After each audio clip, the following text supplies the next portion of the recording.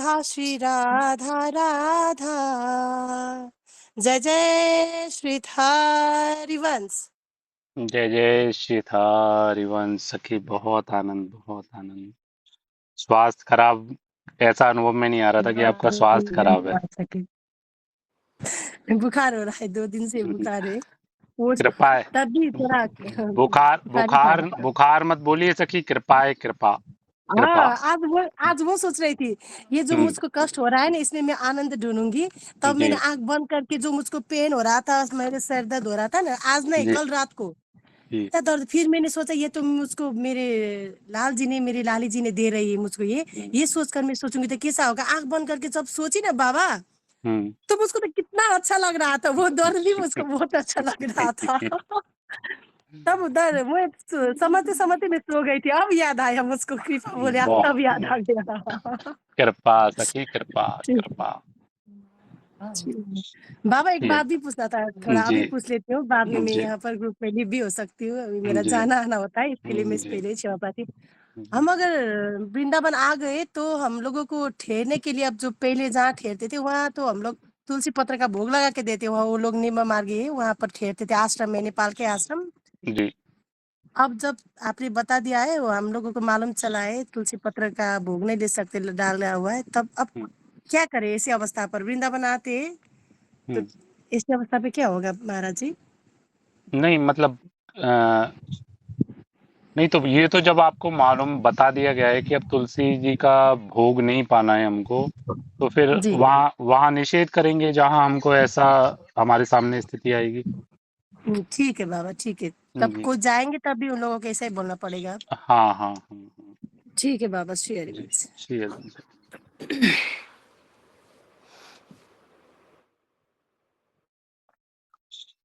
आध्यात्मिक साधना की उच्चतम अवस्था वह है जहाँ नाम केवल जिह्वा की क्रिया न रहकर साधक के अस्तित्व का पर्याय बन जाता है।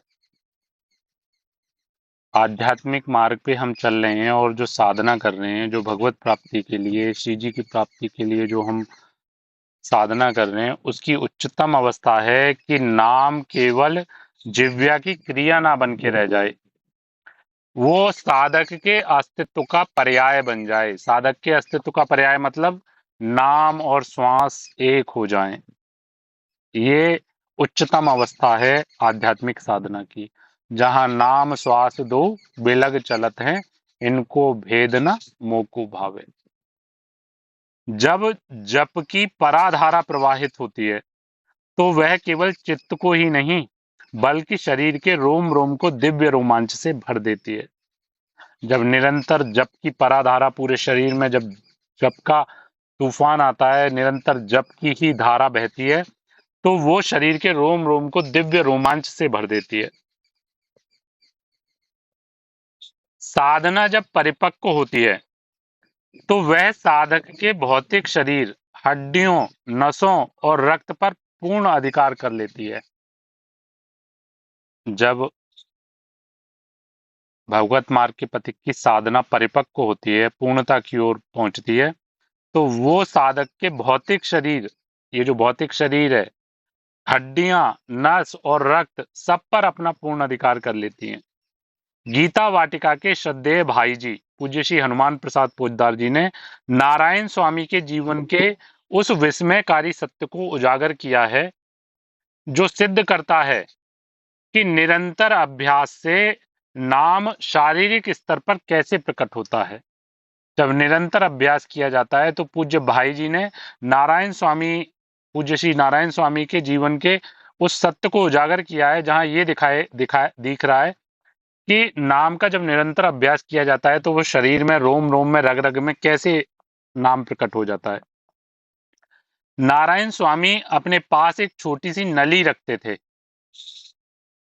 जब कोई जिज्ञासु इस दैवीय चमत्कार को प्रत्यक्ष करना चाहता, तो स्वामी जी उस नली को अपने शरीर के किसी भी अंग, चाहे वह हाथ की नस हो या पैर की हड्डी, उस पर लगाने को कहते।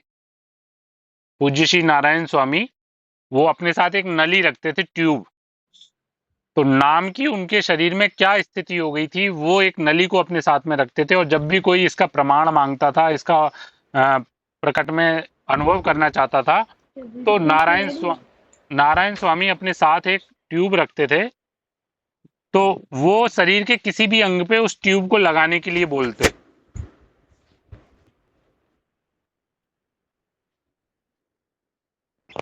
जैसे ही नली कान से लगाई जाती, सुनने वाले को हृदय की धड़कन की भांति स्पष्ट और लयबद्ध नारायण नारायण की ध्वनि सुनाई देती थी। देखिए नाम की कितनी अद्भुत स्थिति होती है कि जब नाम का निरंतर अभ्यास होता है। कल्पना कर सकते हैं क्या आप ये बात की? पूज्य श्री स्वामी शरण जी, गुरुदेव सुनाते हैं, हितधाम में ही रहते थे पूज्य श्री स्वामी शरण जी। नाम की स्थिति ये थी कि उनके माथे पे जैसे ही तिलक की रचना स्वतः बन जाती है, जब निरंतर आप अभ्यास करते हैं तो तिलक, बिना तिलक रचना के भी तिलक दिखाई देता है। उसी प्रकार से नाम की इतनी निरंतर आवृत्ति थी कि राधा नाम उनके मस्तक पे लिखा दिखाई देता था, पूज्य श्री स्वामी शरण जी। इसी प्रकार से नारायण स्वामी जी, इतनी नाम की उनकी, नारायण नारायण नाम की ऐसी तदाकार वृत्ति हो गई थी उनकी, ऐसी नामाकार वृत्ति हो गई थी कि शरीर में कहीं भी नली लगाई जाती थी तो वहां से नारायण नारायण कान में सुनाई देता था जो नली लगाता था। कितनी नाम की अद्भुत स्थिति। और नारायण स्वामी कौन थे? अब आप कहेंगे कि अरे ये तो बचपन से जब भजन किया हो तब ऐसी स्थिति हो सकती है, लेकिन नारायण स्वामी कौन थे आप देखिए। अभ्यास क्या कुछ नहीं कर सकता। अभ्यास एक संसारी को सिद्ध बना सकता है। अभ्यास एक सामान्य जन को महापुरुष बना सकता है। अभ्यास, केवल अभ्यास। यह नारायण स्वामी कोई और नहीं बल्कि एक उच्च पदस्थ जज, न्यायाधीश थे, जिनका जीवन एक ही घटना से पूर्णतः रूपांतरित हो गया। एक जटिल मुकदमे में वकीलों ने अपने तर्कों और झूठे साक्ष्यों से एक निर्दोष व्यक्ति को अपराधी सिद्ध कर दिया था। एक मुकदमा था, उसमें वकीलों ने झूठे साक्ष्यों से, अपने तर्कों से और झूठे साक्ष्यों से एक निर्दोष व्यक्ति को दोषी साबित कर दिया था। जब जज महोदय उसे मृत्यु दंड सुनाने ही वाले थे, तब उस निर्दोष व्यक्ति ने आर्त भाव से रोते हुए कहा, मैं सर्वथा निर्दोष हूं। आर्त भाव से, हृदय से जब उनने अपने दोष मुक्त होने का प्रमाण देते हुए जब ये कहा कि मैं सर्वथा निर्दोष हूं, उस पीड़ित की हृदय विदारक पुकार ने जज के अंतर्मन को झकझोर दिया। उन्होंने कलम रोक दी और 5 मिनट के लिए मौन होकर परमात्मा से संकेत मांगा, हे नाथ, यदि यह निर्दोष है तो मुझे सत्य का मार्ग दिखाएं। भगवान जो सर्वज्ञ हैं, उन्होंने ऐसी परिस्थितियां निर्मित की कि तत्काल उस व्यक्ति की निर्दोषता का अकाट्य प्रमाण सामने आ गया। देखिए, प्रभु हर पल हैं, हर क्षण हैं, हर काल में हैं और सर्वत्र हैं और सबके हृदय में विराजमान है। आप देखिए ना, हृदय में विराजमान है, इसका प्रकट उदाहरण और क्या हो सकता है? उस व्यक्ति ने, जो कि निर्दोष था, और जब उसको अपना जीवन समाप्त होता हुआ दिखा तो उसने आर्त भाव से जब पुकारा कि नहीं, मैं निर्दोष हूं, तो उस आर्त पुकार ने उन जज महोदय को इतना झकझोर दिया कि उन्होंने कहा कि अगर प्रभु, अगर ये वास्तविकता में निर्दोष हैं तो आप मुझे सत्य का मार्ग दिखाएं। तो 5 मिनट के अंदर अंदर ऐसा अकाट्य प्रमाण उसकी निर्दोषता का आ गया कि जहां उसको उन जज महोदय ने रिहा कर दिया। और इस घटना ने जज को बोध कराया कि सांसारिक न्याय कितना सीमित है। उन्होंने उसी क्षण अपने पद से त्यागपत्र दे दिया, यह सोचकर कि यदि आज परमात्मा ने ना बचाया होता तो मुझसे कितना घोर अपराध हो जाता। ऐसी प्रभु ने, देखिए, मतलब हम कहते हैं ना, आपसे पूर्व में भी एक चरित्र में हमने बिल मंगल जी के चरित्र में यही बताया था कि अनेक घटनाएं ऐसी हमारे जीवन में आती हैं जहां प्रभु हमको अनुभव कराना चाहते हैं, वो हमको दिखाना चाहते हैं कि देख, ये गलत है और ये सही है। देख, तू जो पाना चाहता है वहां कुछ नहीं है वास्तविकता में। जिसे तू झूठ माने बैठा है, जहां प्रभु के अस्तित्व को तू नकार रहा है, वहीं सब कुछ है। इस संसार में कुछ नहीं है। ये रिश्ते नाते, ये संबंध, ये धन वैभव शरीर, ये सब मिथ्या है। ऐसा अनुभव वो अनेक बार हमको कराते हैं। वो अनेक बार हमारे थप्पड़ मारते हैं कि जाग जा, जाग जा। लेकिन शायद हम ही निरंतर कृपा से विमुख रहना चाहते हैं, हम ही निरंतर उस कृपा का अनादर करते हैं और प्रभु स्वयं बार बार हमको उठाना चाहते हैं लेकिन हम उठते नहीं। तो देखिए उस एक घटना ने उन जज महोदय के हृदय में कितना परिवर्तन किया कि आज अगर प्रभु ने मुझे प्रेरणा ना करी होती तो आज मुझसे कितना बड़ा अपराध हो जाता।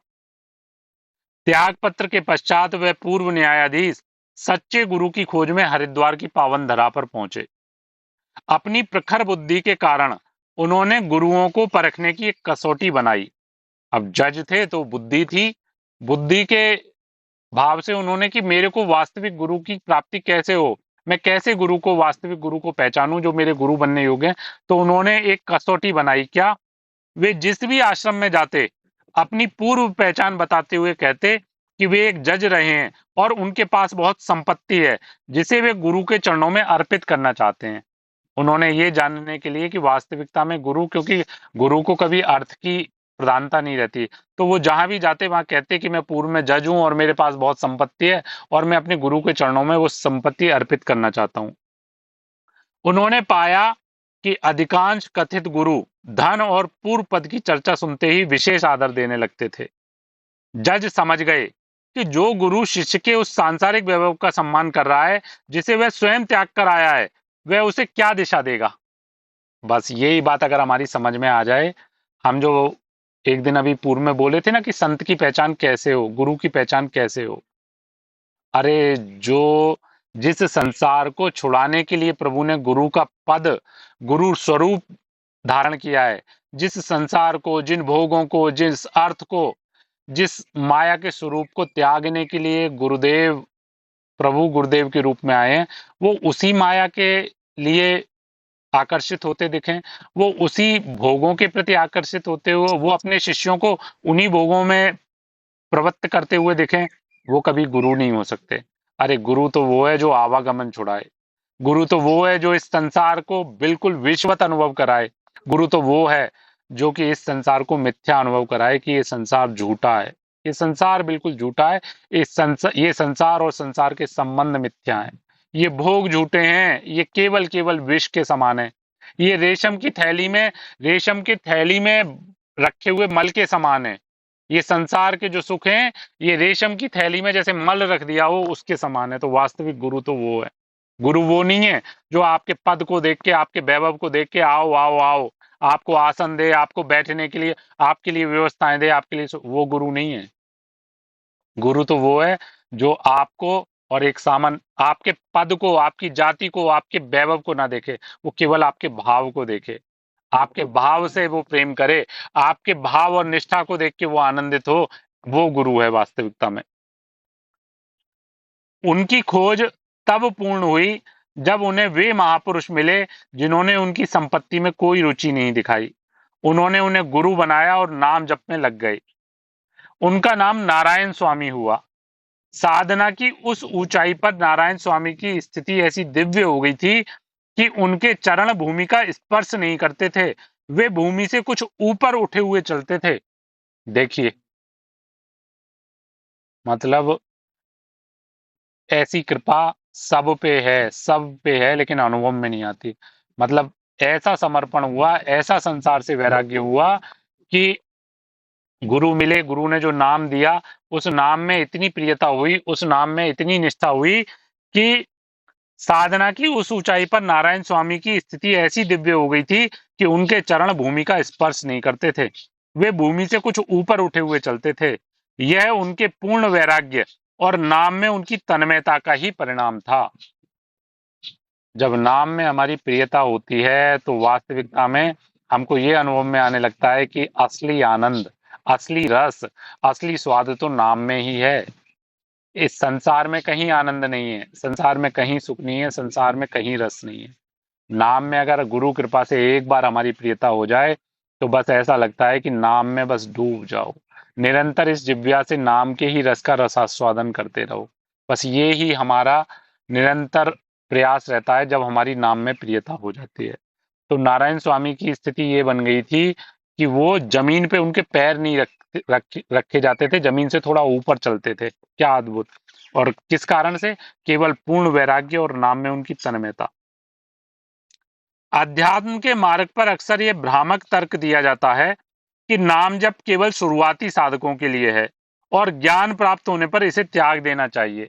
अध्यात्म में ये भ्रम फैला हुआ है कि नाम जप तो केवल शुरुआती साधकों के लिए और जब ज्ञान प्राप्त हो जाए, जब स्थिति प्राप्त हो जाए तो नाम जप त्याग देना चाहिए। विचार कीजिए, ये बात हम कई बार बोले हैं, विचार कीजिए, ज्ञानियों में शिरोमणि भगवान शंकर स्वयं निरंतर राम नाम का जप करते हैं। भगवान शिव को क्या पाना बाकी है? क्या क्या उनको चाहिए जो कि वो नाम जप करते हैं? तो इसलिए हमको अगर पूर्णता की भी अनुभूति हो रही है, हमको आनंद की भी अनुभूति हो रही है, हमें लग रहा है कि हमें मिल गया जो हमें चाहिए, तो भी हमको नाम जप नहीं छोड़ना। नाम जप में हमारी निरंतर प्रियता बनी रहनी चाहिए। देवर्षि नारद और सनकादि ऋषि निरंतर हरिश शरणम की ध्वनि में लीन रहते हैं। यदि इतने महान आत्मज्ञानी नाम जप को नहीं छोड़ते तो साधारण मनुष्य यह दुस्साहस कैसे कर सकता है? जब इतने बड़े बड़े महापुरुष, प्रभु स्वयं साक्षात भगवान शिव और इतने बड़े बड़े ऋषि मुनि, इतने महान आत्मज्ञानी जब नाम जप को नहीं छोड़ते, तो साधारण हम जैसे मनुष्य थोड़ा बहुत नाम जप करके हमको ये लगता है कि हमारा तो बहुत नाम जप हो गया, पर्याप्त है इतना।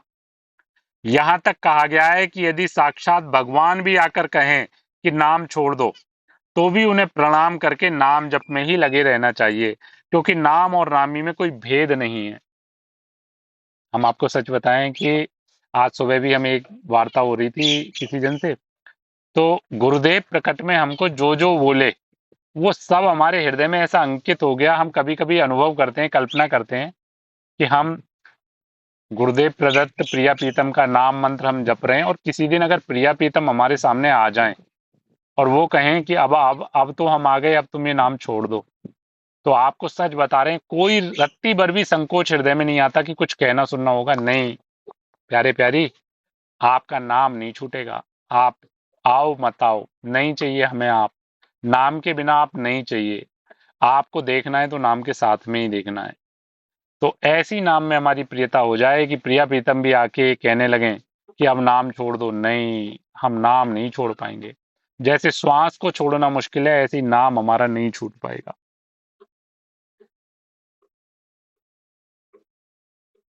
क्योंकि नाम और नामी में कोई भेद नहीं है।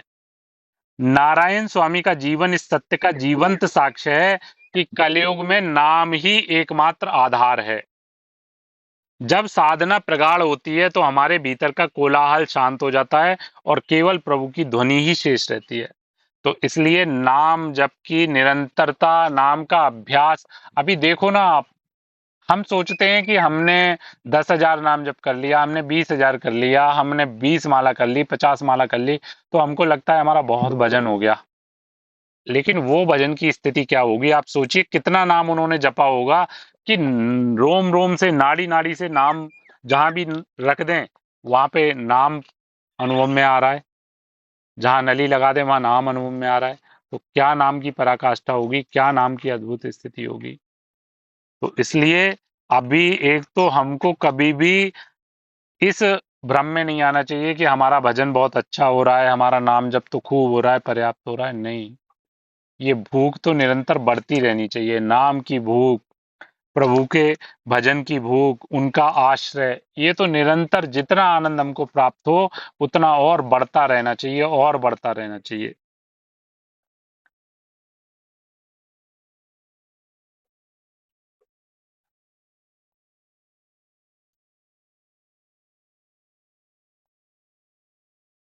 श्री नरसिंह मेहता जी का चरित्र जो पीछे कुछ दिनों से चल रहा है, उसी में आगे कल अनन्य आश्रय का कितना अद्भुत हमने प्रसंग सुना कि स्वयं प्रभु ने अक्रूर जी को भेज के उनकी सारी व्यवस्था कराई।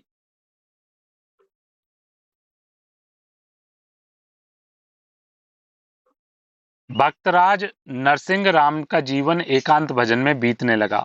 अब सारी व्यवस्थाएं हो गई, सारी व्यवस्थाएं परिवार पोषण की और रहने आदि की सारी व्यवस्थाएं हो गई, तो भक्तराज नरसिंह राम का जीवन एकांत भजन में बीतने लगा।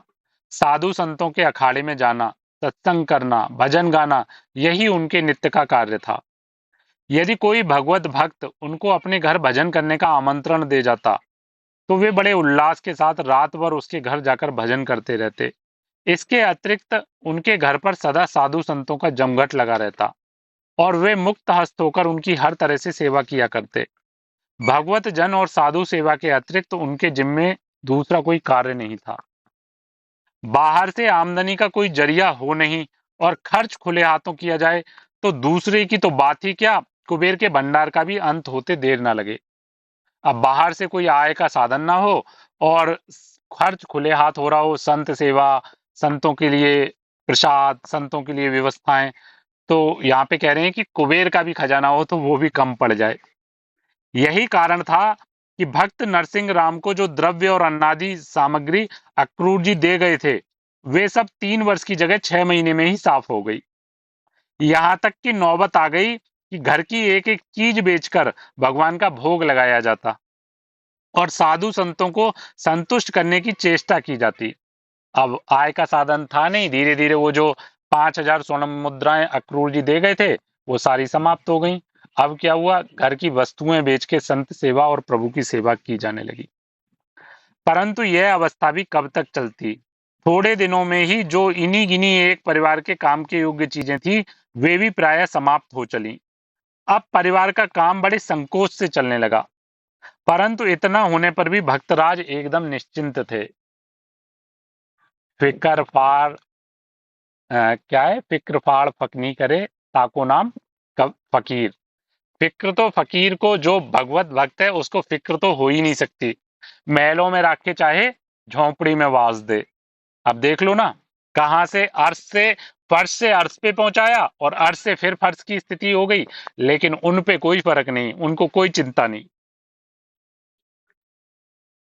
स्वप्न में भी ये चिंता उनके शांत मन को स्पर्श नहीं करती थी कि कल क्या होगा।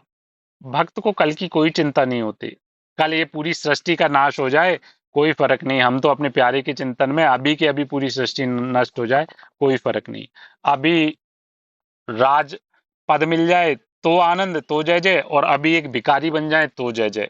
अभी सड़कों पे सोना पड़े तो जय जय, और अभी महलों में ठाट बाट से रहें तो जय जय। हर परिस्थिति में बस जय ही जय है। कभी भी शोक क्लेश कष्ट प्रभु के भक्त को हो ही नहीं सकता, कभी हो ही नहीं सकता।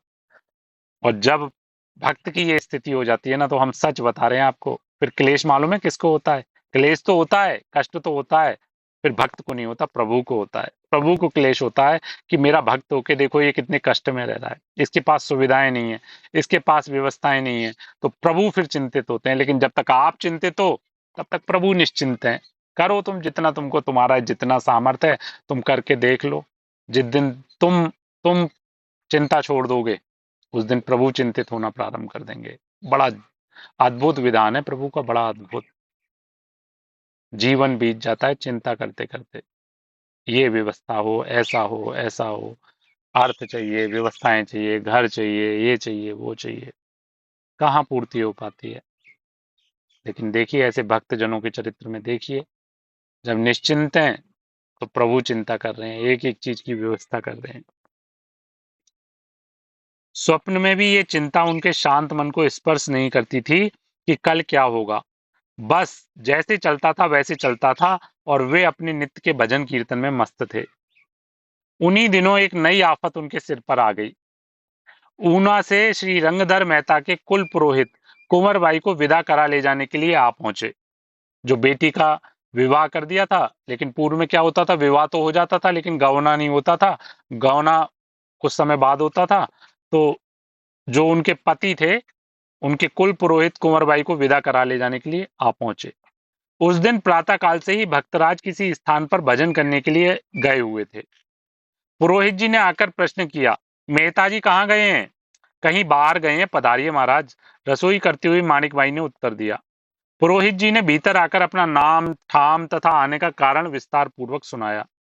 माणिकबाई ने आसन बिछा दिया और यथोचित आदर सत्कार किया। पुरोहित जी आसन पर बैठ गए। माणिकबाई पुत्री की विदाई सुनकर मन ही मन सोचने लगी, अब क्या होगा? भक्तराज तो दिन रात भक्ति में लीन रहते हैं, कोई कामकाज करते नहीं। जहां नित्य भोजन की ही चिंता लगी रहती है, वहां कुंवरबाई के दहेज का क्या प्रबंध होगा? यदि बिना दहेज पुत्री को विदा कर दूं तो नात जात में बड़ी निंदा होगी। अब वो क्या था कि थी तो पति का अनुसरण ही करने वाली भक्ता थी, लेकिन कहीं ना कहीं सांसारिक भाव भी था ना उनके मन में। तो उन्होंने सोचा कि अब पुत्री को बिना दहेज के विदा करूंगी तो नात जात में एक बड़ी निंदा होगी। थोड़ी देर बाद मेहता जी घर लौट आए। तब तक रसोई भी तैयार हो चुकी थी, केवल उनके आने की ही देर थी। आते ही उन्होंने प्रश्न किया, सती, भोग में अब क्या विलंब है? कुछ देर नहीं, ला रही हूं। यह कहते हुए माणिकबाई भोग की सारी सामग्री एक थाल में परोसकर ले आई। भक्तराज ने भक्तिपूर्वक भगवान को नैवेद्य समर्पित किया। तत्पश्चात स्वयं प्रसाद पाने की तैयारी करने लगे। उन्होंने पूछा, आज कोई साधु संत आए हैं या नहीं? माणिकबाई ने उत्तर दिया, आज कोई साधु संत तो नहीं है, एक अतिथि आए हैं। अक्रूर जी तो नहीं आ गए? मेहताजी ने हंसते हुए कहा। नहीं, कुंवर बाई को लिवा जाने के लिए श्री रंगधर मेहता के पुरोहित जी आए हैं। मैं तो इसी चिंता में पड़ी हूं कि पुत्री को विदा करने तथा दहेज आदि के लिए कम से कम इस समय 100 रुपए चाहिए, परंतु जहां एक भी नहीं वहां 100 की बात भी कैसे की जाए। इतना कहते हुए माणिकबाई ने एक दीर्घ निश्वास छोड़ा। भक्तराज पत्नी को चिंताकुल देख बड़ी शांति से समझाने लगे। अद्भुत धैर्य होता है भक्त के अंदर, अद्भुत धैर्य। उसके अंदर तो कोई भी चिंता, कोई भी दुख शोक, कोई भी चिंता, कोई भी क्लेश होता ही नहीं है। साध्वी, मेरा मेरा करती हुई तू इतनी चिंता क्यों करती है? इन पुत्र पुत्री के हम तो नाम के माता पिता हैं, वास्तविक पिता तो हम सबके वे श्रीपति भगवान ही हैं, और वे सब तरह से समर्थ हैं। हमने आपसे बार बार कह रहे हैं, नरसिंह मेहता जी के, जहां भी नरसिंह मेहता जी की वाणी, तो वो सब हमारे लिए अनुसरण करने योग्य, बहुत ध्यान से सुनने योग्य। मेरा मेरा करती हुई तू इतनी चिंता क्यों करती है? जीवन ही बीत जाता है मेरा मेरा करते हुए, तेरा मेरा, बस इसी में जीवन बीत जाता है।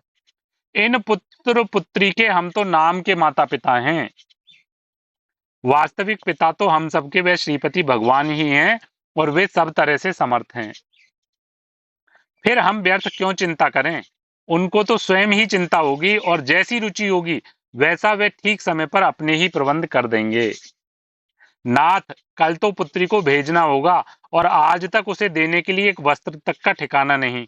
परमात्मा कहाँ रहते हैं जो ऐन मौके पर कल आकर उसे सारी वस्तुएं दे जाएंगे? जिसका नाम ठाम नहीं उसका विश्वास ही क्या। देखिए, यहाँ बात आती है, जब हमारा प्रभु पे विश्वास नहीं होता है ना, या प्रभु प्रभु का आश्रय होने के बाद भी हमारे अंदर सांसारिकता रहती है।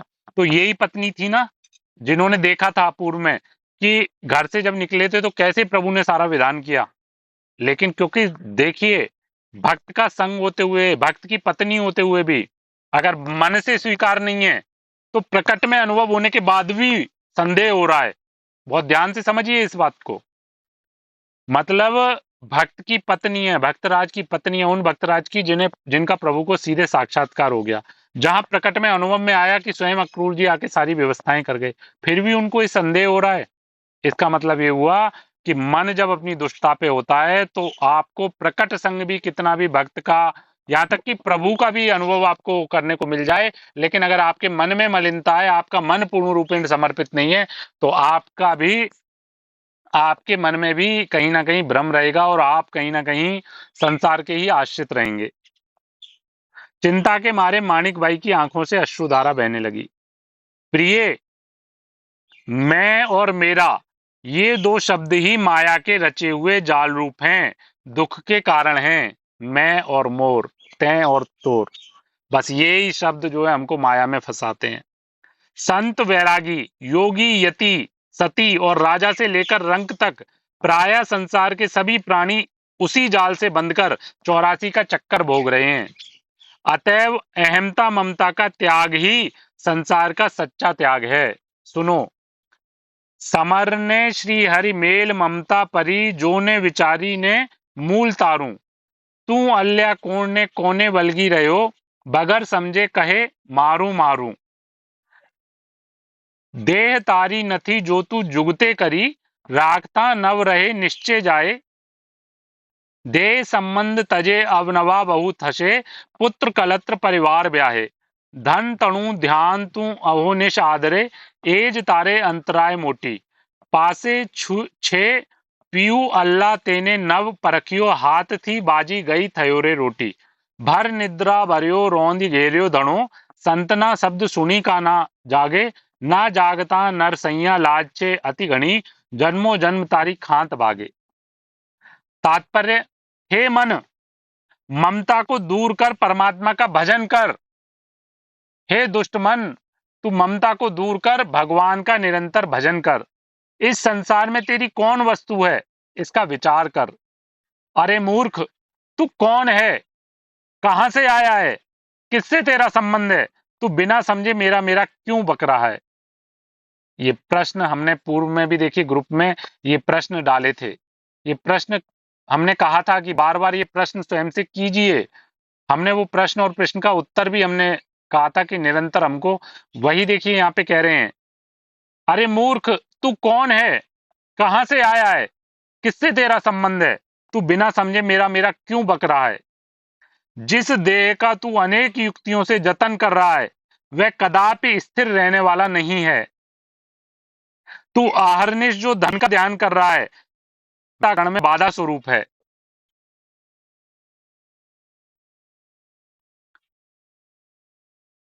समीप के पति परमात्मा को तू क्यों भूल गया।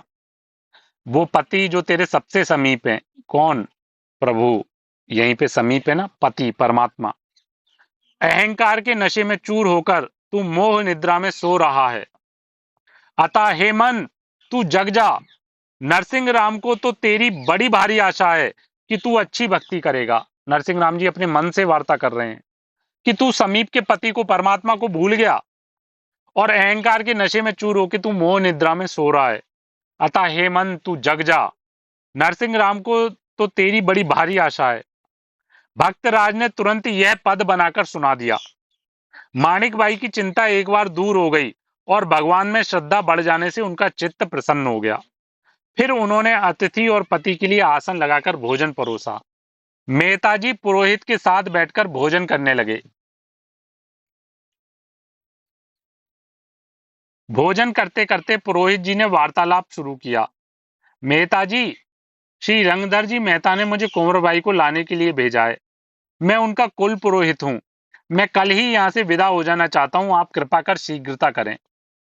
गुरु महाराज, इतनी जल्दी करने से काम कैसे चलेगा। अभी तक तो पुत्री के लिए एक नया वस्त्र भी तैयार नहीं किया है। आपको 2-4 दिन ठहरना पड़ेगा। माणिक भाई ने चट उत्तर दिया। आपको जो जो वस्तुएं तैयार करनी हो उन्हें आज ही कर लीजिए। कल तो कृपा करके मुझे विदा कर ही दीजिए, पुरोहित जी ने आग्रह प्रकट किया। महाराज, हमें कोई वस्तु तैयार करने की चिंता नहीं। जो कुछ करना है उसे मेरे भगवान करेंगे। देखो, आपको सच में नरसिंह मेहता जी का चरित्र जो है वो ऐसा अद्भुत चरित्र है कि ऐसी निश्चिंतता है अपने प्रभु के आश्रय पे कि वो तो मतलब जैसे एक पुत्र वो अपने पिता पे अधिकार के साथ में जबरदस्ती उनकी जेब में हाथ डाल के पैसे निकाल ले, जबरदस्ती उनसे अपने मनमानी काम करा ले, ऐसे भगवान से जबरदस्ती सारे काम उनके ऊपर ही सौंप के थोप के नरसिंह मेहता जी ने सारे काम कराए हैं। और ये केवल नरसिंह मेहता जी का संबंध नहीं है, सबके साथ में प्रभु का यही संबंध है। एक बार आप अपने उस संबंध को स्थापित तो करो, आपको अनुभव में आने लगेगा। महाराज, हमें कोई वस्तु तैयार करने की चिंता नहीं। जो कुछ करना है उसे मेरे भगवान करेंगे। परंतु जब तक मेरी कुल मर्यादा के अनुसार दहेज का प्रबंध परमात्मा की ओर से नहीं हो जाता तब तक तो आपको ठहरना ही होगा, भक्तराज ने हंसते हंसते कहा। भक्तराज की यह बात पुरोहित जी की समझ में बिल्कुल नहीं आई। उन्होंने आश्चर्य के साथ कहा, मेहताजी, आप क्या कहना चाहते हैं, कुछ समझ में नहीं आता। आपके परमात्मा कब तक आकर आपकी पुत्री के दहेज के लिए सामग्री पहुंचा जाएंगे। ऐसी बातें तो ना कहीं सुनी गई हैं ना देखी गई। मालूम नहीं क्यों आप इस तरह की अनहोनी बात मुंह से निकाल रहे हैं। अब संसारी जन को कहाँ ये बात समझ में आएगी कि प्रभु कोई व्यवस्था करने आएंगे, कब तक आएंगे कुछ पता ही नहीं। पुरोहित महाराज, घबराइए नहीं। भगवान की माया तो अघटन घटना पटीयसी कहलाती ही है। उसके लिए कुछ भी अनहोनी नहीं। श्रद्धा रखिए। द्वारकाधीश श्री कृष्ण बड़े भक्त वत्सल और दयालु हैं। जो कुछ करेंगे अच्छा ही करेंगे। नरसिंह राम ने विश्वासपूर्ण स्वर में कहा। भक्तराज की ऐसी विचित्र बात वाला पुरोहित जी के कैसे समझ में आती, परंतु वह कर भी क्या सकते थे।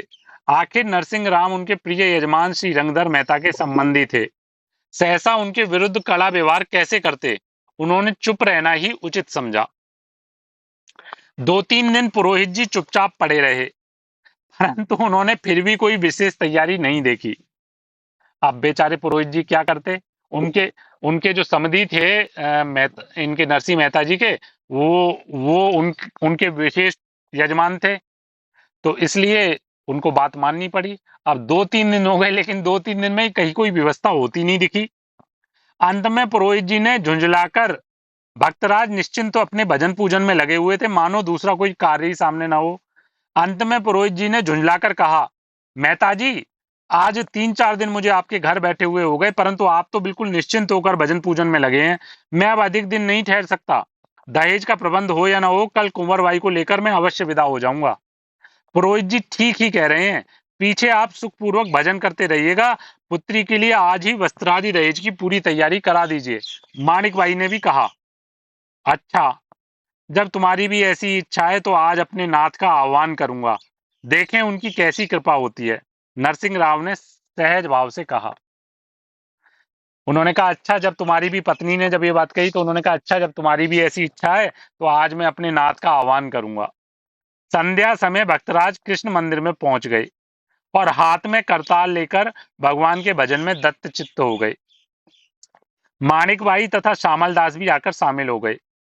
श्यामल दास मृदंग बजा रहे थे। पुरोहित जी अलग अपने आसन पर पड़े पड़े सोचने लगे, ये सब क्या पागलपन कर रहे हैं। ऐसे उछलने कूदने तथा चिल्लाने से क्या भगवान आ जाएंगे। यदि इस प्रकार भगवान का साक्षात्कार हो जाए तब तो सारा संसार ही भगवान को अपने वश में कर ले। देख लीजिए, भक्त को तो हमेशा संसार मूर्ख ही समझता है, उनकी क्रियाओं को पागलपन ही समझता है, लेकिन ये तो भक्ति ही जानता है। ये तो भक्ति जानता है कि वो हंस रहा होता है और दूसरे कहते हैं कि अरे देखो, क्या देख के हंस रहे हैं, कुछ पता ही नहीं क्या देख के हंसी आ रही है। लेकिन वो तो भक्ति जानता है कि उसे दिख क्या रहा है, उसे क्या देख के हंसी आ रही है, क्या देख के रोना आ रहा है, ये तो भक्ति जानता है ना। अपने अनुभव का विषय है, बहुत से जन को अनुभव में आता होगा कि जब भाव बनता है तो हम हंसते हैं, रोते हैं। लेकिन ये कोई संसारी जन थोड़ी इस बात को जान पाएगा। खैर, इससे मुझे क्या, मैं तो कल अवश्य जाऊंगा, चाहे भगवान प्रकट होकर दहेज पहुंचा जाए या ना पहुंचा जाए। पुरोहित जी इसी उधेड़ बुन में लगे हुए थे कि अकस्मात उनके कानों में बोलो भगवान श्री कृष्ण चंद्र की जय की आवाज आ पड़ी। वह झट खड़े हो गए और जैसे बटन दबाते ही मशीन चल पड़ती है, वैसे ही एकाएक मंदिर की ओर दौड़ पड़े।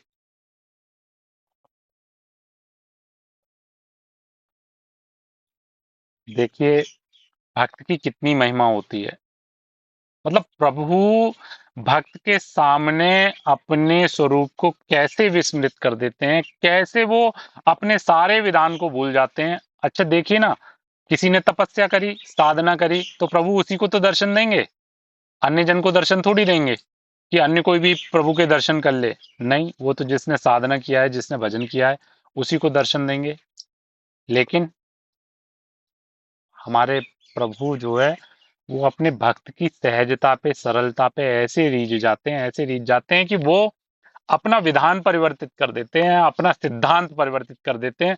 वो फिर सबके लिए ऐसे सहज हो जाते हैं। जैसे देखिए ना, चाहे अड़ैया, भक्त अड़ैया जी का प्रसंग देखिए, गुरुदेव को उन्होंने प्रभु का साक्षात्कार करा दिया। भौंदू भक्त जी का देखिए, गुरु को साक्षात्कार करा दिया। हम्म।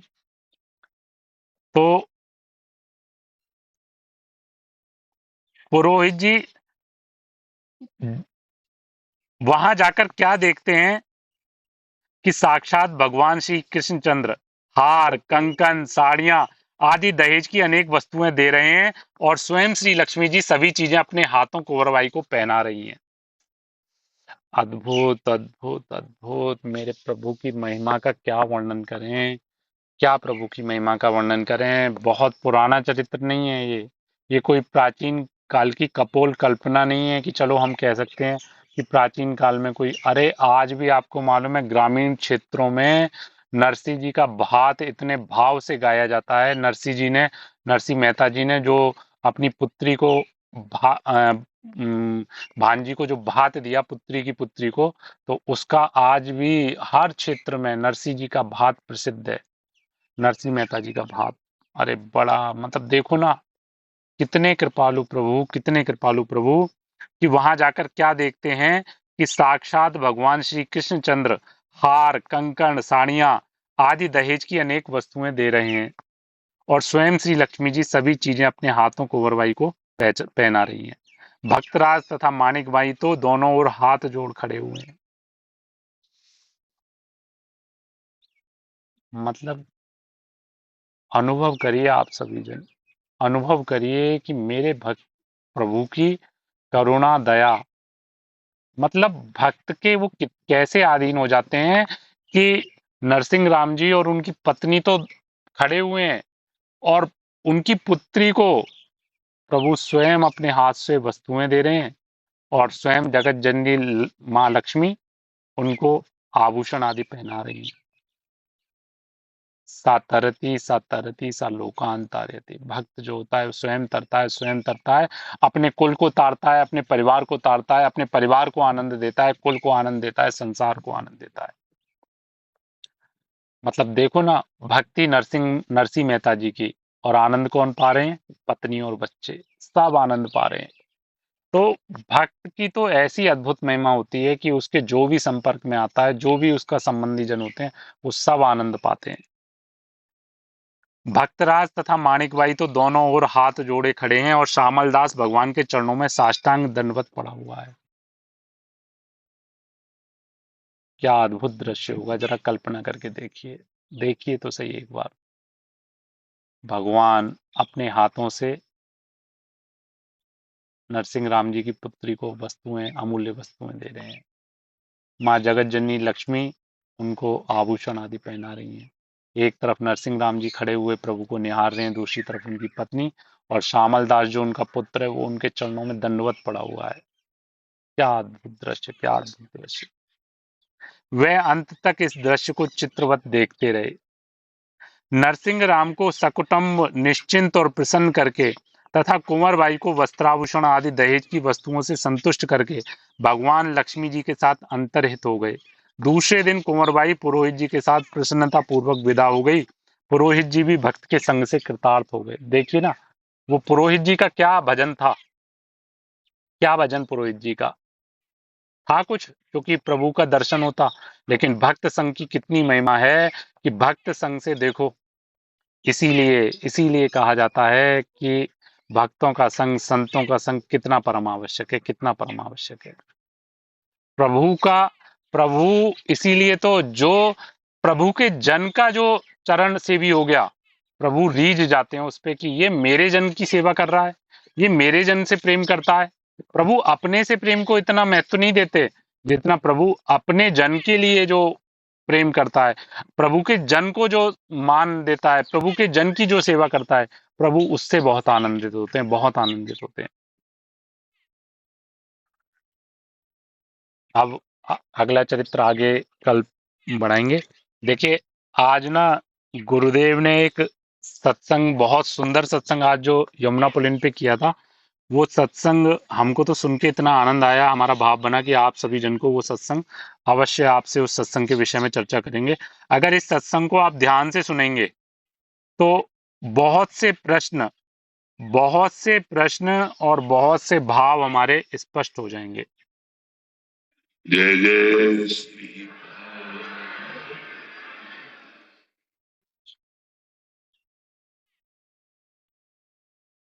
मनुष्य जीवन केवल केवल जन्म मरण से मुक्त होने के लिए मिला है। अगर हम सावधान न रहे तो ये अमूल्य जीवन नष्ट हो जाएगा।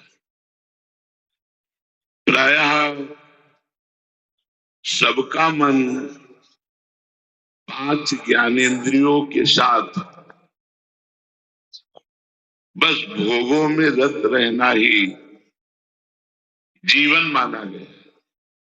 प्राय खाना पीना, देखना, सुनना, भोगना, अर्थ प्राप्त करना, सुंदर लौकिक विषयों का संग्रह करना, इतना ही केवल जीवन माना गया।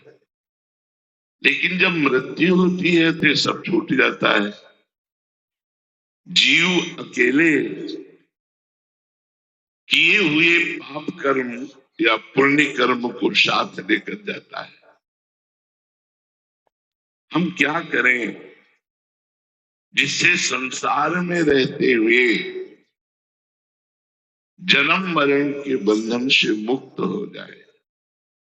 चिंता, शोक, भय, दुख, मृत्यु, इससे हम मुक्त हो जाए। जगत गुरु भगवान श्री कृष्ण चंद्र कहते हैं, जरा मरण मोक्षाय मामाश्रित्य यतन्ति ये, ते ब्रह्म तद्विदुः कृष्णो मध्यात्मं कर्म चाखिलम्। जरा, बुढ़ापा बहुत दुखमय होता है। इंद्रियां भोगों की तरफ लालायित होती हैं और भोगने की सामर्थ्य नहीं होती।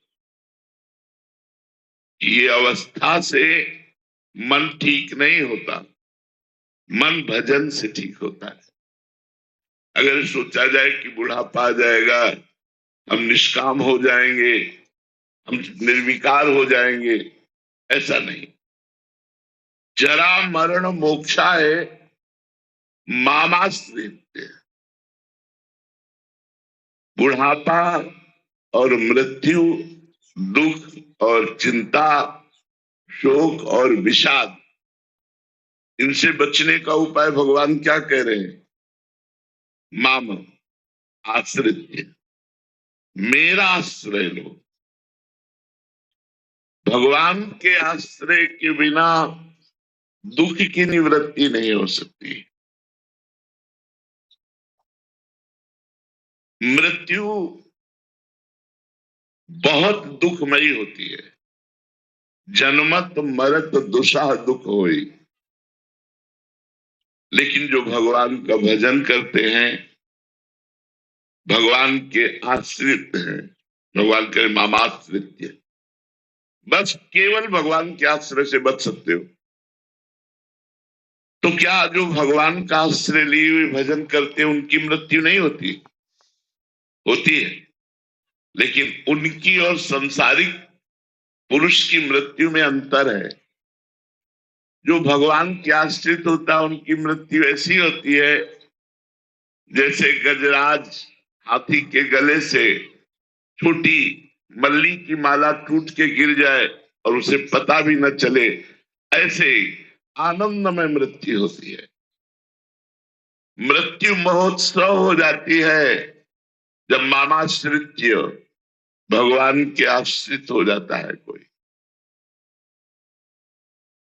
रोग, शोक, बुढ़ापा ये शरीर के होते हैं, आत्मा के नहीं होते। जब आप भजन करेंगे तो भगवान के द्वारा आपको ये ज्ञान प्राप्त हो जाएगा। मृत्यु महोत्सव हो जाती है जब हम किशोरी जी की शरण में होते हैं, लाडली जी की शरण में होते हैं। हमारी सारी समस्याओं का समाधान एकमात्र भगवान की शरणागति है।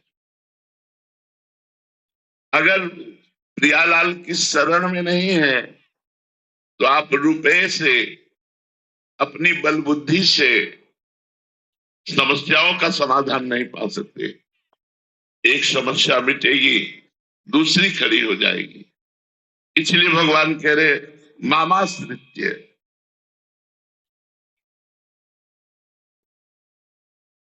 हम कब भजन करेंगे, कब आश्रित होंगे? बाल्यावस्था हमारी खेल में चली जाती है, हमें शुद्ध नहीं रहती कि हमें क्या करना चाहिए क्या नहीं करना चाहिए। और जब जवानी की अवस्था आती है तो ऐसा तूफान आता है भोगों का, क्यों कब जवानी व्यतीत हो गई पता नहीं चलता। जब बुढ़ापा आता है तो जो जीवन भर किया है उसी का चिंतन होता है। इसलिए प्रहलाद जी ने कहा बाल्यावस्था से ही अभ्यास भगवान की शरण में होकर भजन करने का कर ले। अगर बाल्यावस्था से नहीं किया तो आज सुन रहे हो या जब से संतों का संग सुना, उनके वचन सुने, तो भगवान का आश्रय लेकर भजन शुरू कर दो। प्रायः लोगों के मन में दो विभाग रहते हैं। ये बात आप बहुत ध्यान से सुनिएगा। आप जो गुरुदेव बता रहे हैं वो बात बहुत ध्यान से सुनिएगा। हमारे हृदय की बहुत सी भ्रांतियां मिट जाएंगी। जो हमने भजन का स्वरूप बना रखा है, भजन को जो समझ रखा है, और हम जिस बात पे बार बार जोर देते हैं गुरुदेव कृपा से, वही बात यहाँ पे गुरुदेव की वाणी में समझने का प्रयास करिएगा। एक सांसारिक कार्य और एक सुने, तो भगवान का आश्रय लेकर भजन शुरू कर दो।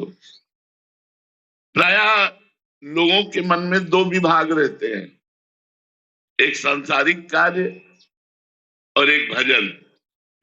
वो भजन को समझते हैं माला लेकर बैठना या ठाकुर सेवा करना प्रगट में, या हम कोई ग्रंथ पढ़ रहे हैं, केवल इतना ही भजन समझते हैं। देखिए बहुत ध्यान से इस बात को समझिएगा। यहाँ पे अब कहने लगेंगे कि हम गुरुदेव ही आज्ञा कर रहे हैं और गुरुदेव ही क्या समझा रहे हैं, जरा ध्यान से समझिएगा। हम बहुत से लोग समझते हैं भजन करना, सबसे पहला क्या बताया गुरुदेव ने? माला करना, माला करना। दूसरा ठाकुर सेवा, जो अष्टयाम सेवा हम कर रहे हैं। तीसरा ग्रंथ पढ़ना, वाणी जी पढ़ना। ये तीन ही काम तो हमसे हो रहे हैं आज की तारीख में। भागवतिक जितनी भी दिनचर्या हमारी हो रही है वो इन तीनों चीजों पे ही टिकी हुई है। क्या? पहला माला, दूसरा ठाकुर सेवा, प्रिया प्रीतम की सेवा, और तीसरा वाणी जी। इन तीन में ही हमारी पूरी दिनचर्या हो रही है। अब देखिए क्या कह रहे हैं गुरुदेव यहाँ पे। इतना ही भजन नहीं है। भजन का तात्पर्य है भगवान के लिए जीवन अर्पित कर देना। अब चाहे आप किसानी करो, व्यापारी हो, आप नौकरी करते हो, आप कुछ भी करते हो, भगवान के लिए करो। भगवान के होके भगवान के लिए जो कुछ किया जाता है वह भगवत प्राप्ति करा देता है। अब देखिए यहाँ पे एक बहुत सूक्ष्मता सा समझने का विषय है कि केवल चिंतन परिवर्तन कैसे आपको जो है सांसारिक से भजनानंदी बना देगा। केवल चिंतन परिवर्तन। यहाँ पे गुरुदेव कह रहे हैं कि भगवान के होके भगवान के लिए सेवाएं करो। तो भगवान के होके मैं अभी तक अपने को एक पुरुष मानता हूं, अमुक एक माता पिता का पुत्र मानता हूं, मैं एक पति अपने आप को मानता हूं, एक भाई मानता हूं, कोई भी संबंध। लेकिन वो बाहर से तो संबंध ठीक है, लेकिन अंदर से मैं ये स्वीकार कर लूं कि मैं किसका हूं? मैं केवल प्रभु का हूं। अंदर से इस बात को स्वीकार कर लें तो ये तो हो गया भगवान का होना, कि भगवान का होके। और फिर भगवान के लिए, भगवान के लिए मैं अर्थोपार्जन किसके लिए कर रहा हूं? अपने पत्नी के लिए, अपने बच्चों के लिए। लेकिन वास्तविकता में है कौन वहां पे? मेरे प्रभु ही तो हैं, मेरे प्रभु हैं। तो जितनी भी सेवाएं हो रही हैं किसके लिए हो रही हैं? प्रभु के लिए। अब यहाँ पे एक बात बताइए कि क्या जैसे प्रभु का हमने ये चिंतन बदला तो क्या उन लोगों से मेरा संबंध बदल गया क्या बाहर का? वो मेरे को, मैंने ही तो ये अपने हृदय से स्वीकार कर लिया कि वो मेरे प्रभु हैं, लेकिन वो तो मुझे पति के रूप में ही देख रहे हैं, वो तो मेरे को बेटे के रूप में ही देख रहे हैं। उनको तो कोई संबंध, उनके लिए तो संबंध में कोई परिवर्तन नहीं हुआ ना उनके। अब हम जो सेवाएं कर रहे हैं हम उसी भाव से सारी सेवाएं कर रहे हैं। क्या? कि पुत्र रूप में मेरे प्रभु ही हैं, पत्नी रूप में मेरे प्रभु ही हैं। तो यहाँ पे केवल हमने अपना चिंतन बदला, और चिंतन से एक संसारी से हम हो गए प्रभु के, और सेवाएं हो गई प्रभु के लिए। कितना आनंद का विषय। केवल चिंतन बदला। अब एक बात बताइए, अर्थ कमा रहे हैं आप प्रभु के लिए, तो ऐसा तो नहीं कभी आप, एक बात आएगी कि मेहनत कर रहे हैं हम अपने परिवार के लिए, प्रभु के लिए। अरे केवल हमने अपने अंदर से ही स्वरूप तो बदला है, लेकिन वास्तविकता में वो अर्थ खर्च किन पे होगा? पत्नी और बच्चों के ऊपर ही होगा जिनको हम प्रभु स्वरूप में देख रहे हैं, प्रभु ही है मेरे। तो क्या हुआ परिवर्तित? क्रियाएं वही सब होंगी, अर्थ भी वही काम में आएगा, लेकिन आपका केवल चिंतन परिवर्तित हुआ और चिंतन परिवर्तन ने आपको संत बना दिया, महात्मा बना दिया। इसमें ये क्रिया भगवत प्राप्ति करा देगी ऐसी बात नहीं है। अगर माला चल रहा है और आपका अहम नहीं मिटा तो आप भगवत प्राप्ति नहीं करें। अब बताइए, यहाँ देख लीजिए, खुद अपने अपने अंदर झांकिए कि माला चल रहा है और अपने अंदर अहम है तो भगवत प्राप्ति नहीं होगी। और अहंकार जरा झांको अपने अपने अंदर, कौन कौन अहंकार लेके चल रहा है अपने साथ में। अहंकार से मतलब अहंकार की परिभाषा भी समझ लीजिए। अहंकार को ये नहीं कि मुझे धन का अभिमान है, शरीर का अभिमान है, रूप का अभिमान है। अहंकार का मतलब है अहंकार विमूढ़ात्मा कर्ता हमिति मन्यते। अहंकार से विमूढ़ मूर्ख जीव ये समझता है कि मैंने ये किया, मैं ये करूंगा।